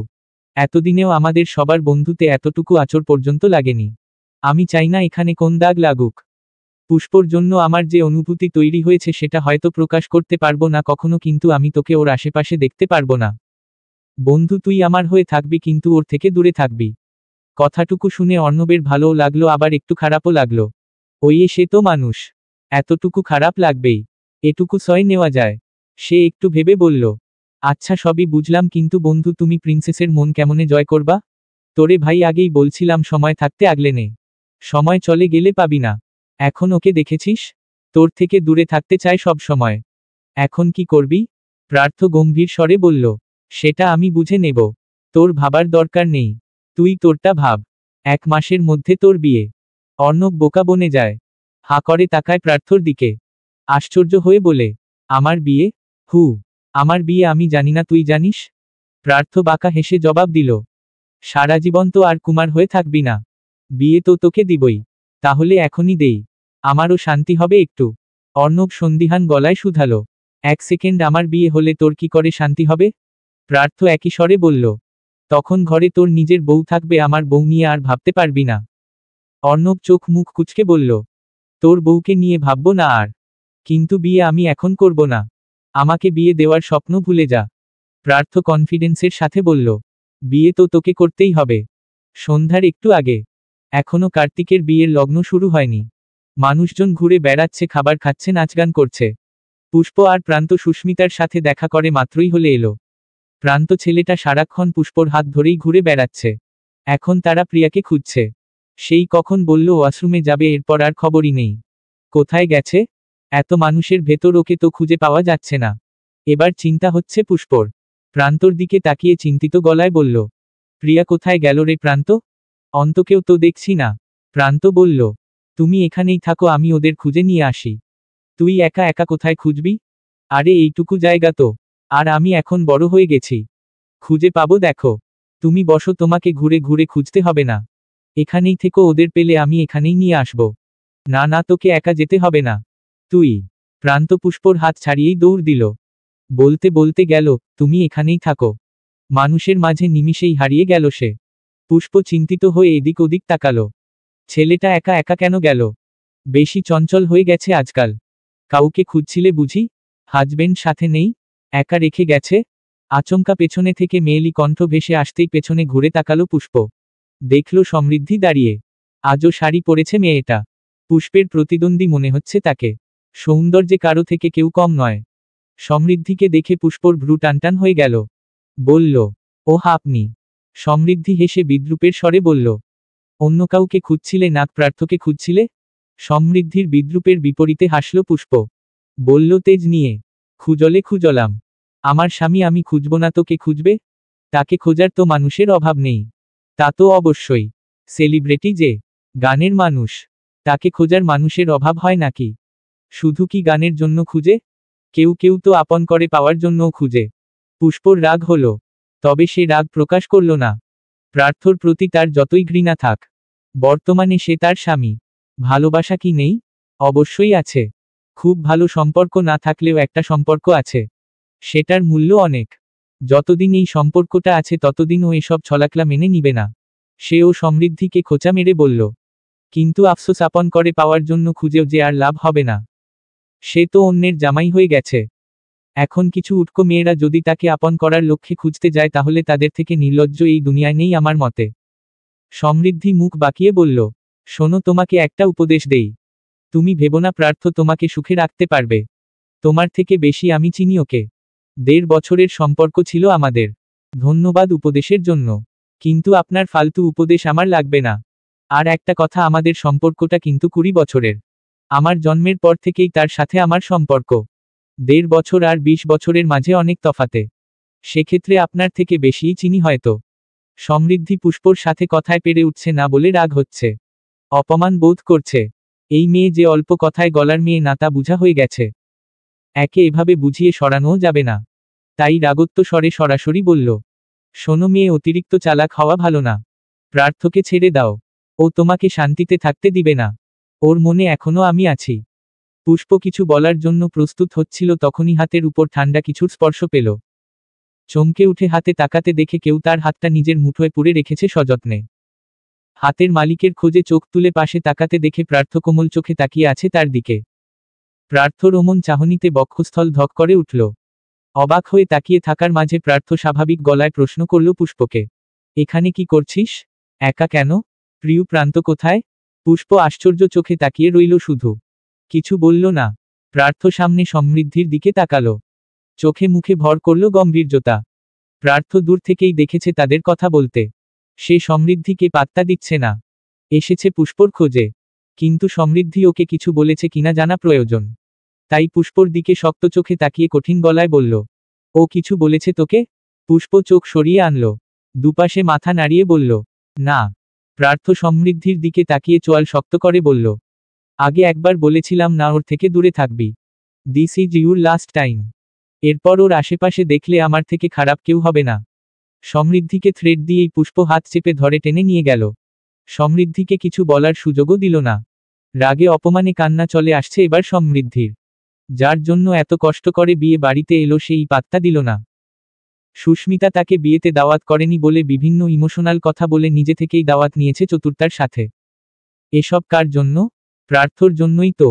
কিন্তু কাজের কাজ কিছুই হলো না, উল্টো নিজেকে অপমানিত হতে হলো। এবার মনে হচ্ছে হাল ছাড়তেই হবে। প্রার্থর পুষ্পর প্রতি হাবভাব দেখে মনে হয় না সে পুষ্পকে ছেড়ে তাকে বিয়ে করবে কখনো। প্রার্থ পুষ্পের হাত ধরে টানতে টানতে নিয়ে যাচ্ছে। পুষ্প এতক্ষণ চুপ থাকলেও এবার হুঁশে এলো। প্রার্থর তো কোন অধিকার নেই তাকে এভাবে ধরে নিয়ে যাওয়ার। অনেক তো সহ্য করলো, আর কত? পুষ্প হাত মুছড়ে বলল, ছাড়ুন আমাকে। কোথায় নিয়ে যাচ্ছেন? হাত ধরেছেন কেন আপনি? ভালোই ভালোই বলছি, ছাড়ুন আমাকে নয়তো। হঠাৎ প্রার্থ তাকে জোরে টান দিয়ে কোথাও ঠেলে দিল। পিঠ গিয়ে ঠেকল দেওয়ালে। তবে ব্যথা পেল না। পিঠের পিছনে প্রার্থর হাত থাকায় ব্যথা পেল না। ছোট একটা কোণার মতো জায়গা। সেটা আবার পর্দা দিয়ে ঢাকা। ডেকোরেশনের জন্য যে পর্দা ব্যবহার করেছে সেটা দিয়েই ঢেকে গেছে জায়গাটা। এজন্য লাইটের আলো একটু কম এখানে। প্রার্থ পুষ্পের চোখে চোখ রেখে বলল, নয়তো কি করবি? আমি ধরব না তো কে ধরবে তোকে? স্বামী হই তোর। তোর উপর সবকিছুর অধিকার আছে আমার। প্রার্থ পুষ্পের অনেকটাই কাছাকাছি। সে দুহাত সামনে দিয়ে রেখেছে যাতে প্রার্থর বুকের সাথে তার স্পর্শ না লাগে। প্রার্থ পেছনে থেকে তাকে ধরে রাখায় পুষ্পর চেষ্টাতেও কাজ হচ্ছে না। প্রার্থর কবজায় বন্দি থেকেই কুকড়ে উঠল সে। ইতস্তবোধ কাটিয়ে স্বাভাবিক গলায় বলল, অধিকারের কথা আপনি না বলেন তাই ভালো। সরুন সামনে থেকে। ছাড়ুন আমাকে। এভাবে কেন ধরে আছেন? প্রার্থর মুড হলো না ঝগড়া করার। আর কত ঝগড়া করবে? এরকম প্রতিদ্বন্দ্বিত্ব থাকলে সত্যিই পুষ্প দূরে চলে যাবে। আর প্রার্থ এখন চায় না পুষ্প দূরে যাক। দূরে থেকে তো বুঝলো দূরে থাকা সম্ভব নয়। এবার না হয় একটু কাছাকাছি আসার গল্প হোক। রাগ সব মাটিচাপা দিয়ে নরম গলায় বলল, তো কিভাবে ধরব বলে দে, সেভাবেই ধরব। প্রার্থর কথায় পুষ্পর সন্দেহ জাগল। এরকম কথা বলার মানুষ তো প্রার্থ নয়। পুষ্প ভ্রুকুটি করে সন্দিহান গলায় বলল, আপনার সমস্যাটা কি? আমার সাথে এভাবে কথা বলার কারণ কি? আমি তো দূরে চলে যাচ্ছি, তাহলে কেন কাছাকাছি আসছেন? আপমান করতে পারছেন না? পায়ে পা দিয়ে ঝগড়া করতে পারছেন না এজন্য এমন ব্যবহার? পুষ্পর এতগুলো প্রশ্নের বিপরীতে প্রার্থ শান্ত গলায় বলল, তোর এমনটা মনে হয়? মনে হয় না। এমনটাই চাইছেন আপনি। প্রার্থ ডান হাতটা ধীরে ধীরে চলে গেল পুষ্পর বাঁকানো কোমরে। যদিও হাতটা শাড়ির উপরেই রেখেছে, কিন্তু পুষ্পর মনে হলো প্রার্থর শক্ত চটা হাতটা তার শাড়ি ভেদ করে কোমর ছুঁয়েছে। অস্বস্তি হলো ভীষণ। মেয়েলি সত্তা বাড়ি দিয়ে উঠল মস্তিষ্ক। অস্বস্তি কাটিয়ে প্রার্থকে সরিয়ে দিতে চাইল, কিন্তু শক্তি আসছে না কেন যেন। প্রার্থ নিজের পুরুষালী হাত দ্বারা পুষ্পর কোমর নিজের আয়ত্তে আনল। নিচু হয়ে মুখের সামনে মুখ আনল। 1 ইঞ্চির দূরত্ব তাতে। প্রার্থর তপ্ত শ্বাস পুষ্পর মুখ জুড়ে ছড়িয়ে পড়ছে। মায়াভরা চোখে তাকিয়ে নশালো কণ্ঠে বলল, তাহলে তাই। এমনটাই চাইছি। তোকে না জ্বালালে শান্তি পাচ্ছি না। মনের শান্তির জন্য একটু জ্বালালে ক্ষতি কি? প্রার্থর এমন ব্যবহার পুষ্পর বুঝে আসছে না। প্রার্থর পুরুষালী শরীরের কাছে পুষ্প নেহাতি ছোট মানুষ। অমন মানুষের কবলে পড়ে তার দেহ নেতিয়ে আসছে। ভার ছেড়ে দিতে চাইছে শরীর। শ্বাস প্রশ্বাসের বেগতিক উঠানামা চলছে। তবুও নিজেকে যথাসম্ভব শান্ত রাখার চেষ্টা করে বলল, আপনার মতলব কি? এত কাছে কেন আসছেন? প্রার্থ একইভাবে বলল, কাছে আসার জন্য কাছে আসছি। কি করতে চাইছেন আপনি? করতে তো চাইছি অনেক কিছুই। সরুন সামনে থেকে। সরে যাওয়ার জন্য তো কাছে আসিনি। তাহলে কেন এসেছেন? কিছু দিতে কিছু নিতে। পুষ্প বুঝল না। বলল, কি? বুঝে নে। আপনাকে বুঝতে পারছি না। চোখে তাকা। পুষ্প প্রার্থর চোখেই তাকিয়েছিল। তবে সে চোখের ভাষা বোঝার মতো পরিস্থিতিতে ছিল না। এবার প্রার্থ বলায় পূর্ণদৃষ্টিতে তাকালো তার চোখে।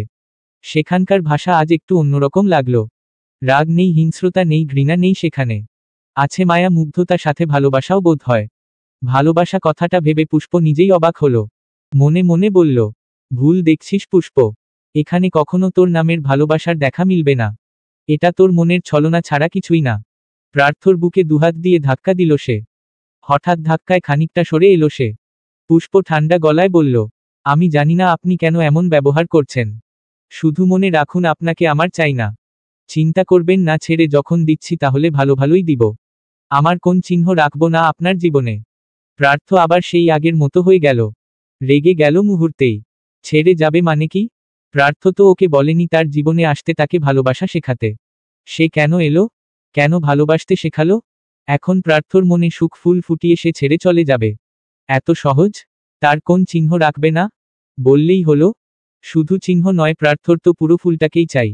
রেগে আবার টেনে আনলো পুষ্পকে। মুখোমুখি হয়ে চোয়াল শক্ত করে বলল, চিহ্ন রাখবো নাকি আস্ত তোকে রাখবো সেটা আমার ব্যাপার। ছেড়ে যাওয়ার কথা বললে জানে মেরে ফেলবো। তুই আমার, তোর উপরের সকল সিদ্ধান্ত আমার। ছাড়তে হলে আমি ছাড়ব, রাখতে হলে আমিই রাখব। প্রার্থর কথায় তীব্র অধিকার বোধ। পুষ্প আশ্চর্য না হয়ে পারছে না। হুট করে প্রার্থর কি হলো? পুষ্পর বোধ হয় হজম হলো না কথাগুলো। সে কড়া গলায় বলল, ছেড়ে তো দিয়েছেনই, তাহলে রাখার প্রশ্ন আসছে কোত্থেকে? জীবন আমার, তাই সিদ্ধান্ত আমার। আপনার সিদ্ধান্ত আমার উপর চাপিয়ে দেওয়ার ভুলও করবেন না। জীবন তোর, কিন্তু সিদ্ধান্ত আমার। বিষয়টা আগে হলে আমার কিছুই যায় আসতো না, কিন্তু বিষয়টা এখনকার যখন আমার। থেমে গেল প্রার্থ। বাকিটুকু আর বলল না। এত সহজেই কি আর ধরা দেবে? এখন ধরা দিলেও পুষ্প মানবে না। এতদিনে প্রার্থ তার মনে যে ঘৃণাটা তৈরি করেছে সেটাকে তো কাটাতে হবে। তার আগে কিছুই বলবে না। প্রার্থ থেমে যাওয়ায় পুষ্প প্রশ্ন করল, যখন আপনার? কি হলো বলুন। প্রার্থ ছেড়ে দেয় পুষ্পকে। সারে গিয়ে পর্দা সরিয়ে রাস্তা দেয়। শান্ত স্বরে বলে, যা। পুষ্পর এবার পাগল হওয়া বাকি। মানে প্রার্থকে সে কখনোই বুঝে না। এক সময় এই রূপ তো আরেক সময় অন্য রূপ। গিরগিটিও এত রূপ বদলায় না যতটা প্রার্থ বদলায়। সেকেন্ডে সেকেন্ডে কারো মুড কি করে বদলায়। এজন্যই বলে আকাশ আর মানুষ এক প্রকৃতির। আকাশে যেমন মিনিটে মিনিটে আবহাওয়া বদলায়, প্রার্থর মুডও তেমন মিনিটে মিনিটে বদলে যায়। পুষ্প আর ঘাটল না তাকে। সরে যখন গিয়েছে চলে যাওয়াই ভালো। এখানে থাকা মানেই মাথা নষ্ট করা। প্রার্থর ছেড়ে দেওয়া জায়গা দিয়ে হনহন করে চলে গেল। প্রার্থ তপ্ত শ্বাস ফেলে নিজেও চলে গেল তার পিছু পিছু। মেয়েটা অতিরিক্ত সাহসী হয়েছে, একে বেগে আনতেই হবে। সন্ধ্যার পরবর্তী সময় কার্তিক বিয়ের আসরে বসে পড়েছে। পুরোহিত বিভিন্ন মন্ত্র পাঠ করছে। এবার কনেকে আনা হবে। ছেলেটা অধীর আগ্রহে বসে আছে হবু বউয়ের জন্য, কিন্তু বউকে কেউ আনছেই না। আর যে কত সময় লাগবে। বিয়ের এমন সময়ে কি আর দেরি সহ্য হয়। এদিকে আরেক ঝামেলায় পড়ল অর্ণব। এরকম সময়ই তার মা ফোন করেছে, তারা নাকি এখন আসছে। এসে পড়েছে প্রায়। অর্ণবকে গেট থেকে এগিয়ে আনতে যেতে হবে। কার্তিকের তরফ থেকে ওর বন্ধুর বাড়ির সকলকে দাওয়াত করা হয়েছে। রকির বাবা মা এসেছেন কিছুক্ষণ আগেই, হৃদয়ের বাসা থেকে কেউ আসেনি। প্রার্থর বাসার থেকে বড়রা আসতে পারেনি, তবে ছোটরা সকলেই এসেছে। এখন অর্ণবদের পরিবার থেকে আসলেই সব কমপ্লিট। ছেলেটা ফোন হাতে তাড়াহুড়োয় বাইরের দিকে যাচ্ছে, চোখ ফোনের স্ক্রিনের উপর। আরেকবার ফোন করবে ভাবছে। এতক্ষণে তো গেটের সামনে আসার কথা। বাবার নাম্বারে ডায়াল করে কেবলই ফোনটা কানে তুলবে, তার আগেই অসাবধানতায় বাড়ি খেলো একটা মেয়ে। ফোনটা পড়ে গেল হাত থেকে। মেয়েটাও সমান ধাক্কা খেয়ে পড়ে যেতে নিল। অর্ণব দুহাত বাড়িয়ে তার কোমর জড়িয়ে আটকে দিল। দুজনে পড়তে পড়তেও বেঁচে গেল।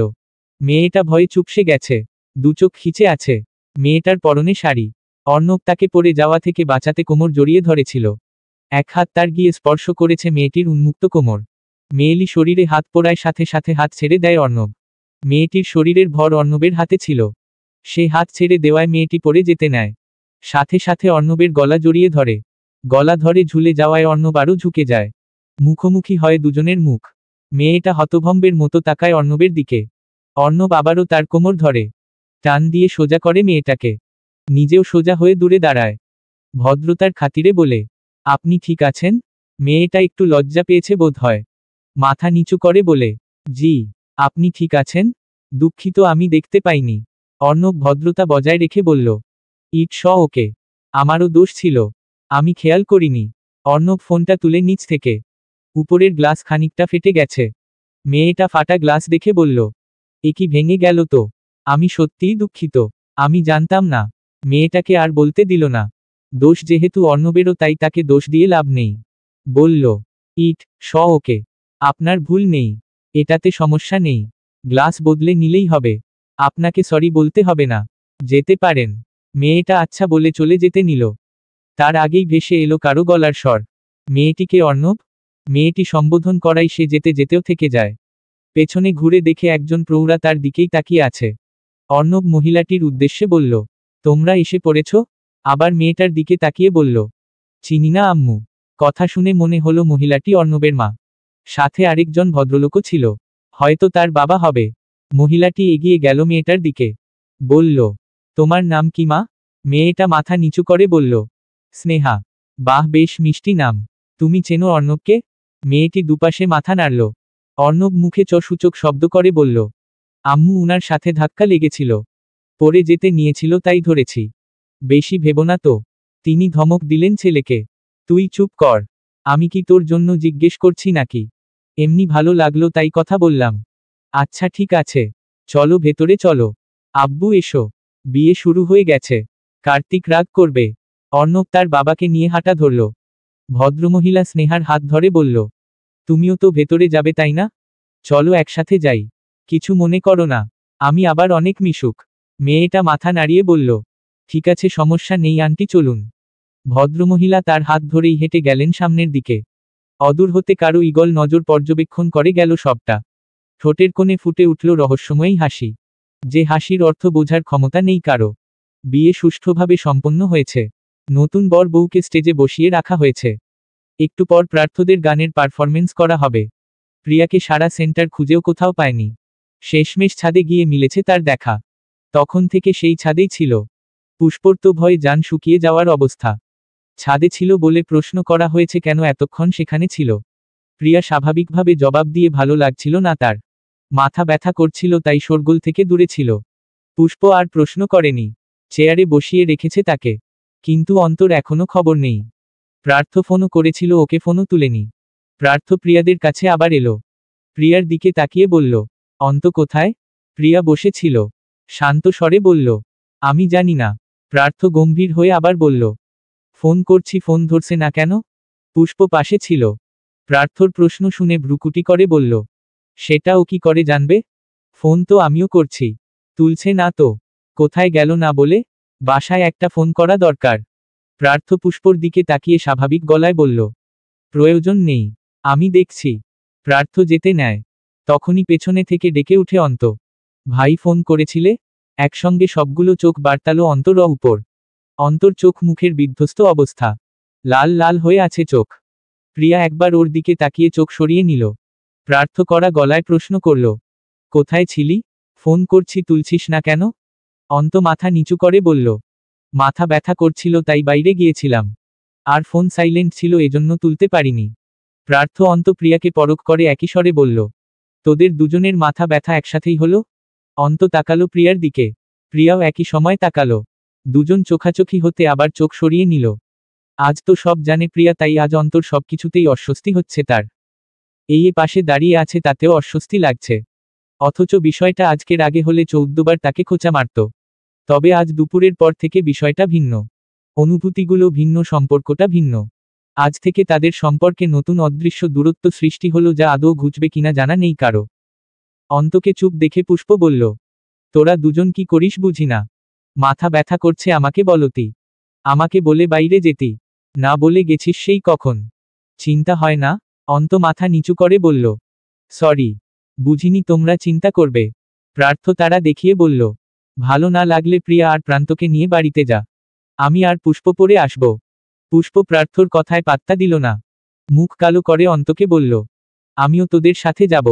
তোরা এখন যাবি বাসায়? প্রান্ত লাফিয়ে উঠল, না না, আমি যাব না এখন। আমি প্রার্থ ভাইয়ের গান শুনেই যাব। ঠিক আছে, তারপরেই না হয় যাব চারজন। প্রার্থ ধমকালো পুষ্পকে, চুপ। তোকে আমি যেতে বলেছি? ওরা তিনজন যাবে। তুই আমার সাথে যাবি। আর কোন কথা নয়। আমি এসে যেন সবকটাকে এখানেই পাই। হুকুম দিয়েই চলে গেল প্রার্থ। চুপচাপ মুখ গুজে বসে রইল চারজন। ওদের গান শুনেই না হয় যাবে। তাছাড়া এত তাড়াতাড়ি গেলে কার্তিক ভাইও রাগ করতে পারে। Lights off. মানুষজন চুপচাপ বসে পড়েছে রাইডার্সদের পারফরমেন্স দেখার জন্য। কনসার্ট ছাড়াই গান হবে আজ। তবে আজ সেখানে কার্তিক নেই। সে বর বউয়ের সাথে বসে মজা নিবে শুধু। লাইট অফ ছিল। হুট করে কতগুলো অন হয়ে গেল। সেগুলোর আলো সরাসরি প্রার্থদের উপরে পড়েছে। এক সারিতে চারজন বসে আছে টুলের উপর। সামনে স্ট্যান্ড মাইক। প্রার্থর হাতে গিটার। সবার হাতে হাতে একটা করে বাদ্যযন্ত্র। প্রথমে গিটারে সুর তুলল প্রার্থ। অর্ণব হৃদয় রকির কপাল কুঁচকে গেল। কারণ তারা যে গানের প্রিপারেশন নিয়েছিল এটা সে গানের সুর নয়। রকি হৃদয় অর্ণবের দিকে তাকিয়ে ভ্রু নাচালে। অর্ণব চোখ দিয়ে ইশারা করল যাতে কিছু না বলে এখন। আবারও ইশারায় বোঝালো কিছু করিস না। ও যেটা তুলেছে সেটাই বাজা। ওরাও আর কিছু বলল না। প্রার্থ যে গানের সুর তুলেছে সেটাই বোঝালো। এর মধ্যে গান শুরু করে দিল প্রার্থ।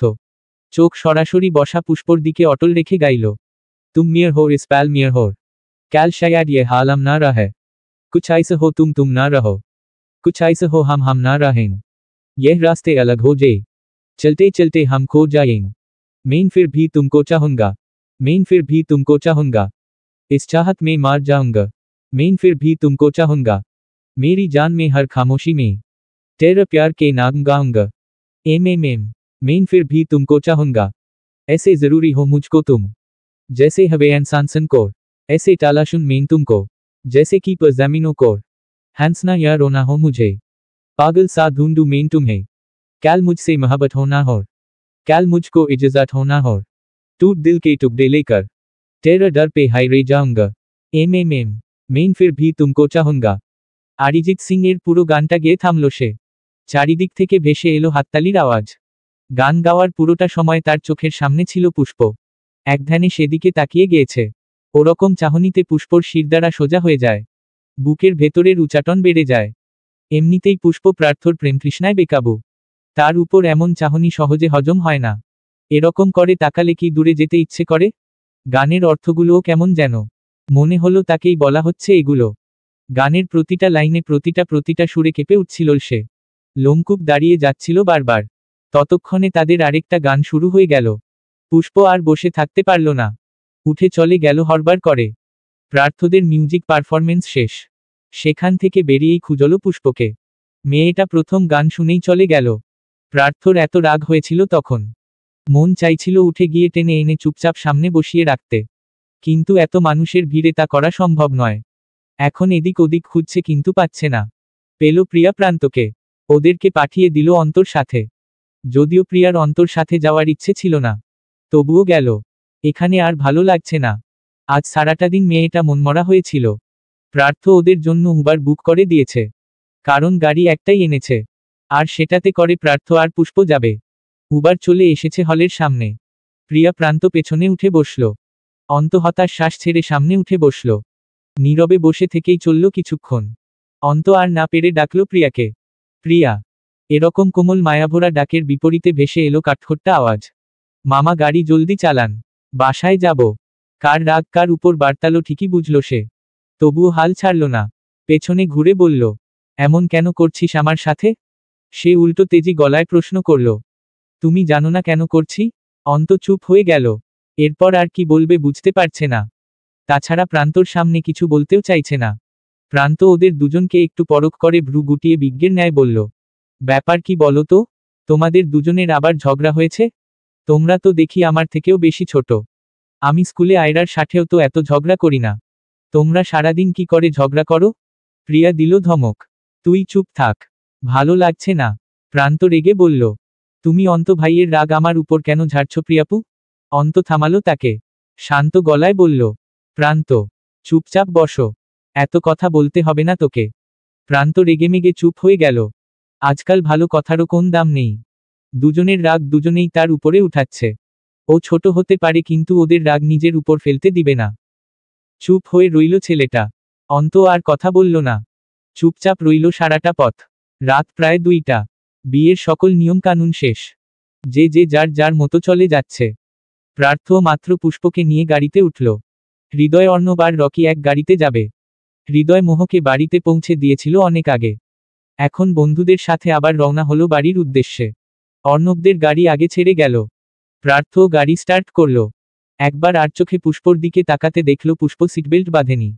এবার আর বেল্ট বাঁধার আগেই গাড়ি ছুটালো না। না তাকে বলল বেল্ট বাঁধতে। সে নিজে এগিয়ে গিয়ে বেল্টটা বেঁধে দিল। পুষ্প অবাক না হয়ে পারল না। প্রার্থর ব্যবহার ওর কাছে কোনোমতেই সুবিধার ঠেকল না। কিছু তো একটা হয়েছে যার জন্য প্রার্থর ব্যবহার এত চেঞ্জ হয়েছে। কিছু না হলে তো সে এভাবেই গাড়ি চালাতো। পুষ্পর সিটবেল্ট বেঁধে দেওয়া তো দূর, ওর দিকে তাকাতো না পর্যন্ত।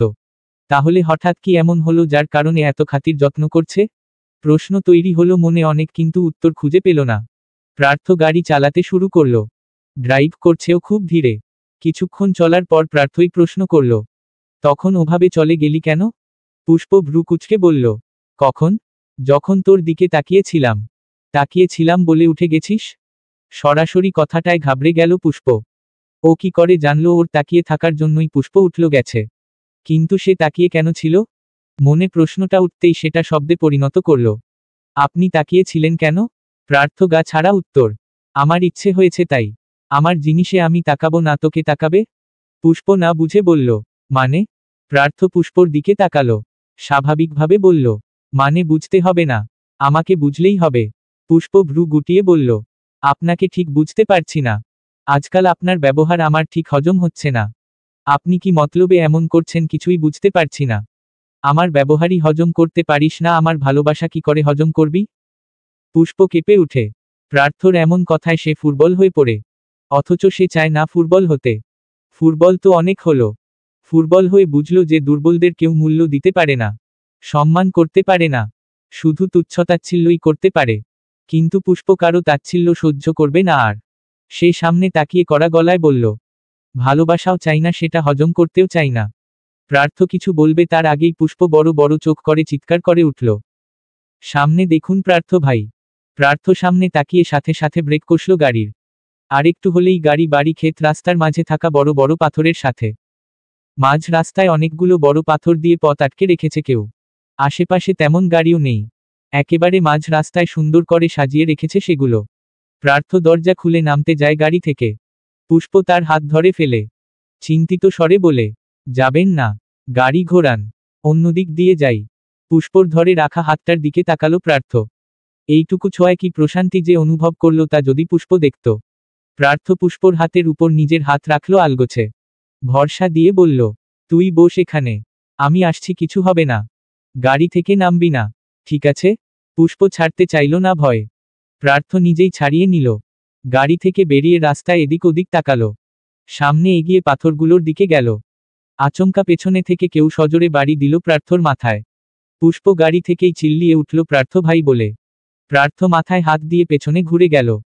হাত বাড়িয়ে আগে থামালো পুষ্পকে। পুষ্প গাড়ি থেকে নামতে চেয়েছিল। প্রার্থ থামিয়ে বলল, ওখানেই থাক, নামবি না, লক কর গাড়ি। পুষ্প থেমে গেল। যাওয়াটা প্রয়োজন কিনা বুঝতে পারছে না।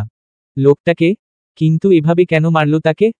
পুষ্প যেতে চাইলে কিন্তু থেমল গেল প্রার্থ বারণ করাই। তবুও পরিস্থিতি বিগড়ে গেলেই সে নেমে যাবে। প্রার্থ তাকালো সামনের ব্যক্তিটির দিকে। মাথা দুটো ঝাড়া দিয়ে বলল, শালা কাপুরুষের বাচ্চা, এত সাহস থাকলে সামনে থেকে মারতি। দিলি তো মাথাটা শেষ করে। বল, কিসের প্ল্যান করছিস?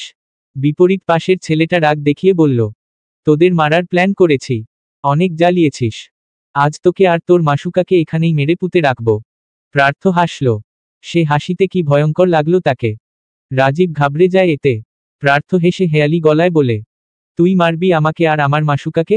নে মার, আগে আমাকে মার, তারপর ওর কাছে যাস। Come on, hit me. Rajiv বলল, আমি একা মারতে আসিনি তোকে। চারিদিকে চেয়ে দেখ, 6 জনকে মোটা অঙ্কের টাকা দিয়ে ভাড়া করেছি তোকে মারার জন্য। আমরা আছি দলের 4 জন, 10 জন যথেষ্ট 2 জনকে মারার জন্য। চারপাশ থেকে বেরিয়ে এলো ভারী গড়নের 8-10 জন ছেলে। তবুও প্রার্থকে ঘাবড়াতে দেখল না। রাজীব দাঁতে দাঁত চেপে বলে, ভয় লাগে না তোর, তাই না? ভয় করবে, সমস্যা নেই। ওইটা বউ হয় না তোর? বউকে যখন চোখের সামনে মরতে দেখবি তখন বুঝবি ভয় কাকে বলে। প্রার্থ তেড়ে এলো রাজীবের দিকে। গলা টিপে ধরল। রাগে রি রি করে বলল, ওর দিকে হাত বাড়ানোর আগে তোর ওই হাত ভেঙে গুড়িয়ে দেব। গলা চেপে ধরা পেছনে আসা ছেলেগুলো ধরে ছাড়িয়ে নিয়ে গেল প্রার্থকে। রাজীব গলায় হাত দিয়ে বড় বড় শ্বাস নিল। রাগে কিরমির করে বলল, অনেক ভালোবাসিস না? তোকে মারার আগে ওকে মারব, তারপর দেখাবো বউ চলে গেলে কেমন লাগে। তোর জন্য, শুধুমাত্র তোর আর তোর দলের জন্য আমাদের জেলে যেতে হয়েছে। আমার বউ ছেড়ে চলে গেছে আমাকে। কি ভেবেছিস এমনিই ছেড়ে দিব? তোদের ব্যান্ডের জন্য আমাদের ব্যান্ড উপরে উঠেও নিচে নেমে গেছে। প্রতিনিয়ত মানুষের কথা শুনি শুধু তোদের জন্য। প্রার্থ ছেলেগুলোর কাছ থেকে নিজেকে ছাড়িয়ে নিল। চুলগুলো 2 হাতে পেছনে ঠেলে বলল, যোগ্যতা থাকলে আমরা কেন, আমাদের মতো 10টা আসলেও তোরা উপরে থাকতি। নিজের যোগ্যতা যাচাই কর আগে। যোগ্যতাই দেখাবো এখন তোকে, তারপর তোর সবগুলো বন্ধুকে। ওই সবুজ মার্শাল আকে। হুকুম পেয়েই তেড়ে আসলো ছেলেগুলো। কিন্তু প্রার্থকে আঘাত করতে পারল না সহজে। উল্টো তারা নিজেরা মার খেল। মারামারি দেখে পুষ্প ভয় পেয়ে যায়। প্রার্থর কথায় গাড়ি থেকে নামেনি সে। কিন্তু এখন আর বসে থাকতে পারল না। আতঙ্কিত হয়ে নেমে পড়ল। ভয়ে জড়ানো গলায় ডাকল প্রার্থকে, প্রার্থ ভাই। পুষ্পকে নামতে দেখেই প্রার্থর আত্মা শুকিয়ে যায়। অসাবধানতায় বাড়ি খায় আবার। পুষ্প দৌড়ে আসে প্রার্থর কাছে। প্রার্থ মাথায় হাত দিয়ে দাঁড়ায়। পুষ্পকে থামাতে বলে, এখানে আসবি না, গাড়িতে উঠো, আমার কিছু হবে না। পুষ্প কিচ্ছু শুনছে না, কাঁদতে কাঁদতে এগিয়ে যাচ্ছে। অমনি পেছনে থেকে রাজীব ধরে ফেলে তাকে। গলায় ছুরি ঠেকিয়ে দেয় সাথে সাথে। প্রার্থ থমকে যায়। বেড়ে যায় হৃৎপিণ্ডের গতি। আকুতি করে বলে, রাজীব ছাড় ওকে, কিছু করবি না, ছাড়। রাজীব, আমি কিন্তু মেরে ফেলবো তোকে, ছাড় আমার ফুলকে। পুষ্প অবাক হয়। কান্না থামিয়ে তাকিয়ে রয় প্রার্থর দিকে। ফুল ডাকলো যে অবাক হবে না? প্রার্থকে শান্ত দাঁড়িয়ে থাকতে দেখে তার পেছনের ছেলেগুলো সুযোগ পেয়ে লাঠি দিয়ে কষাঘাত করতে থাকে। পুষ্প এগুলো দেখে ফুপিয়ে উঠে। কাঁদতে কাঁদতে বলে, ছেড়ে দিন উনাকে প্লিজ। আপনারা কেন মারছেন? প্লিজ মারবেন না, মরে যাবে তো উনি। এমন কেন করছেন? ছেড়ে দিন। পুষ্পর এমন আহাজারি কেউ শুনল না। মারতে থাকলো প্রার্থকে। প্রার্থ উঠে ওদের মারতে নিলে রাজীব বলে উঠে, আমার ছেলেদের গায়ে হাত দিলে মেরে ফেলবো তোর জানে মানকে। প্রার্থ থেমে যায়। ছুরিটা পুষ্পর গলার খুব কাছে। প্রার্থর পাথর বুকেও ঝড় হয় এমন অবস্থা দেখে সে থেমে গিয়ে বলে, ঠিক আছে, মারব না। তুই ছুরি সরা। রাজীব ছুরি সরা। ওর গায়ে একটা আঁচড়ও লাগলে সবকটাকে মেরে ফেলবো আমি। ছাড় রাজীব। তোর সমস্যা আমার সাথে তো? তাহলে আমাকে মার। আমাকে মেরে ফেল, কিন্তু ওকে ছাড় রাজীব প্লিজ। তুই যা চাইবি আমি তাই করব। মারিস না রাজীব প্লিজ। রাজীব শুনল না প্রার্থর আহাজারি। ছুরিটা হালকা করে ডাবিয়ে দিল গলায়। কেটে গিয়ে রক্ত বেরিয়ে আসলো। পুষ্প কেঁদে যাচ্ছে। প্রার্থর অন্তর খালি হয়ে যাচ্ছে। ভয়ে জেকে ধরেছে মন মস্তিষ্কে। এখন খুব করে বুঝতে পারছে এই মেয়েটার কিছু হয়ে গেলে সে বাঁচবে না। হৃদযন্ত্রটা এখনই বেরিয়ে আসতে চাইছে। মস্তিষ্ক ফাঁকা হয়ে যাচ্ছে। তার ফুলকে সে কি করে বাঁচাবে? এখনো তো অনেক কিছু বাকি। তাদের তো ভালোবাসাও হলো না ঠিক মতো। পুষ্পর সুখের সংসারও করা হলো না তার প্রার্থ ভাইয়ের সাথে। চলবে।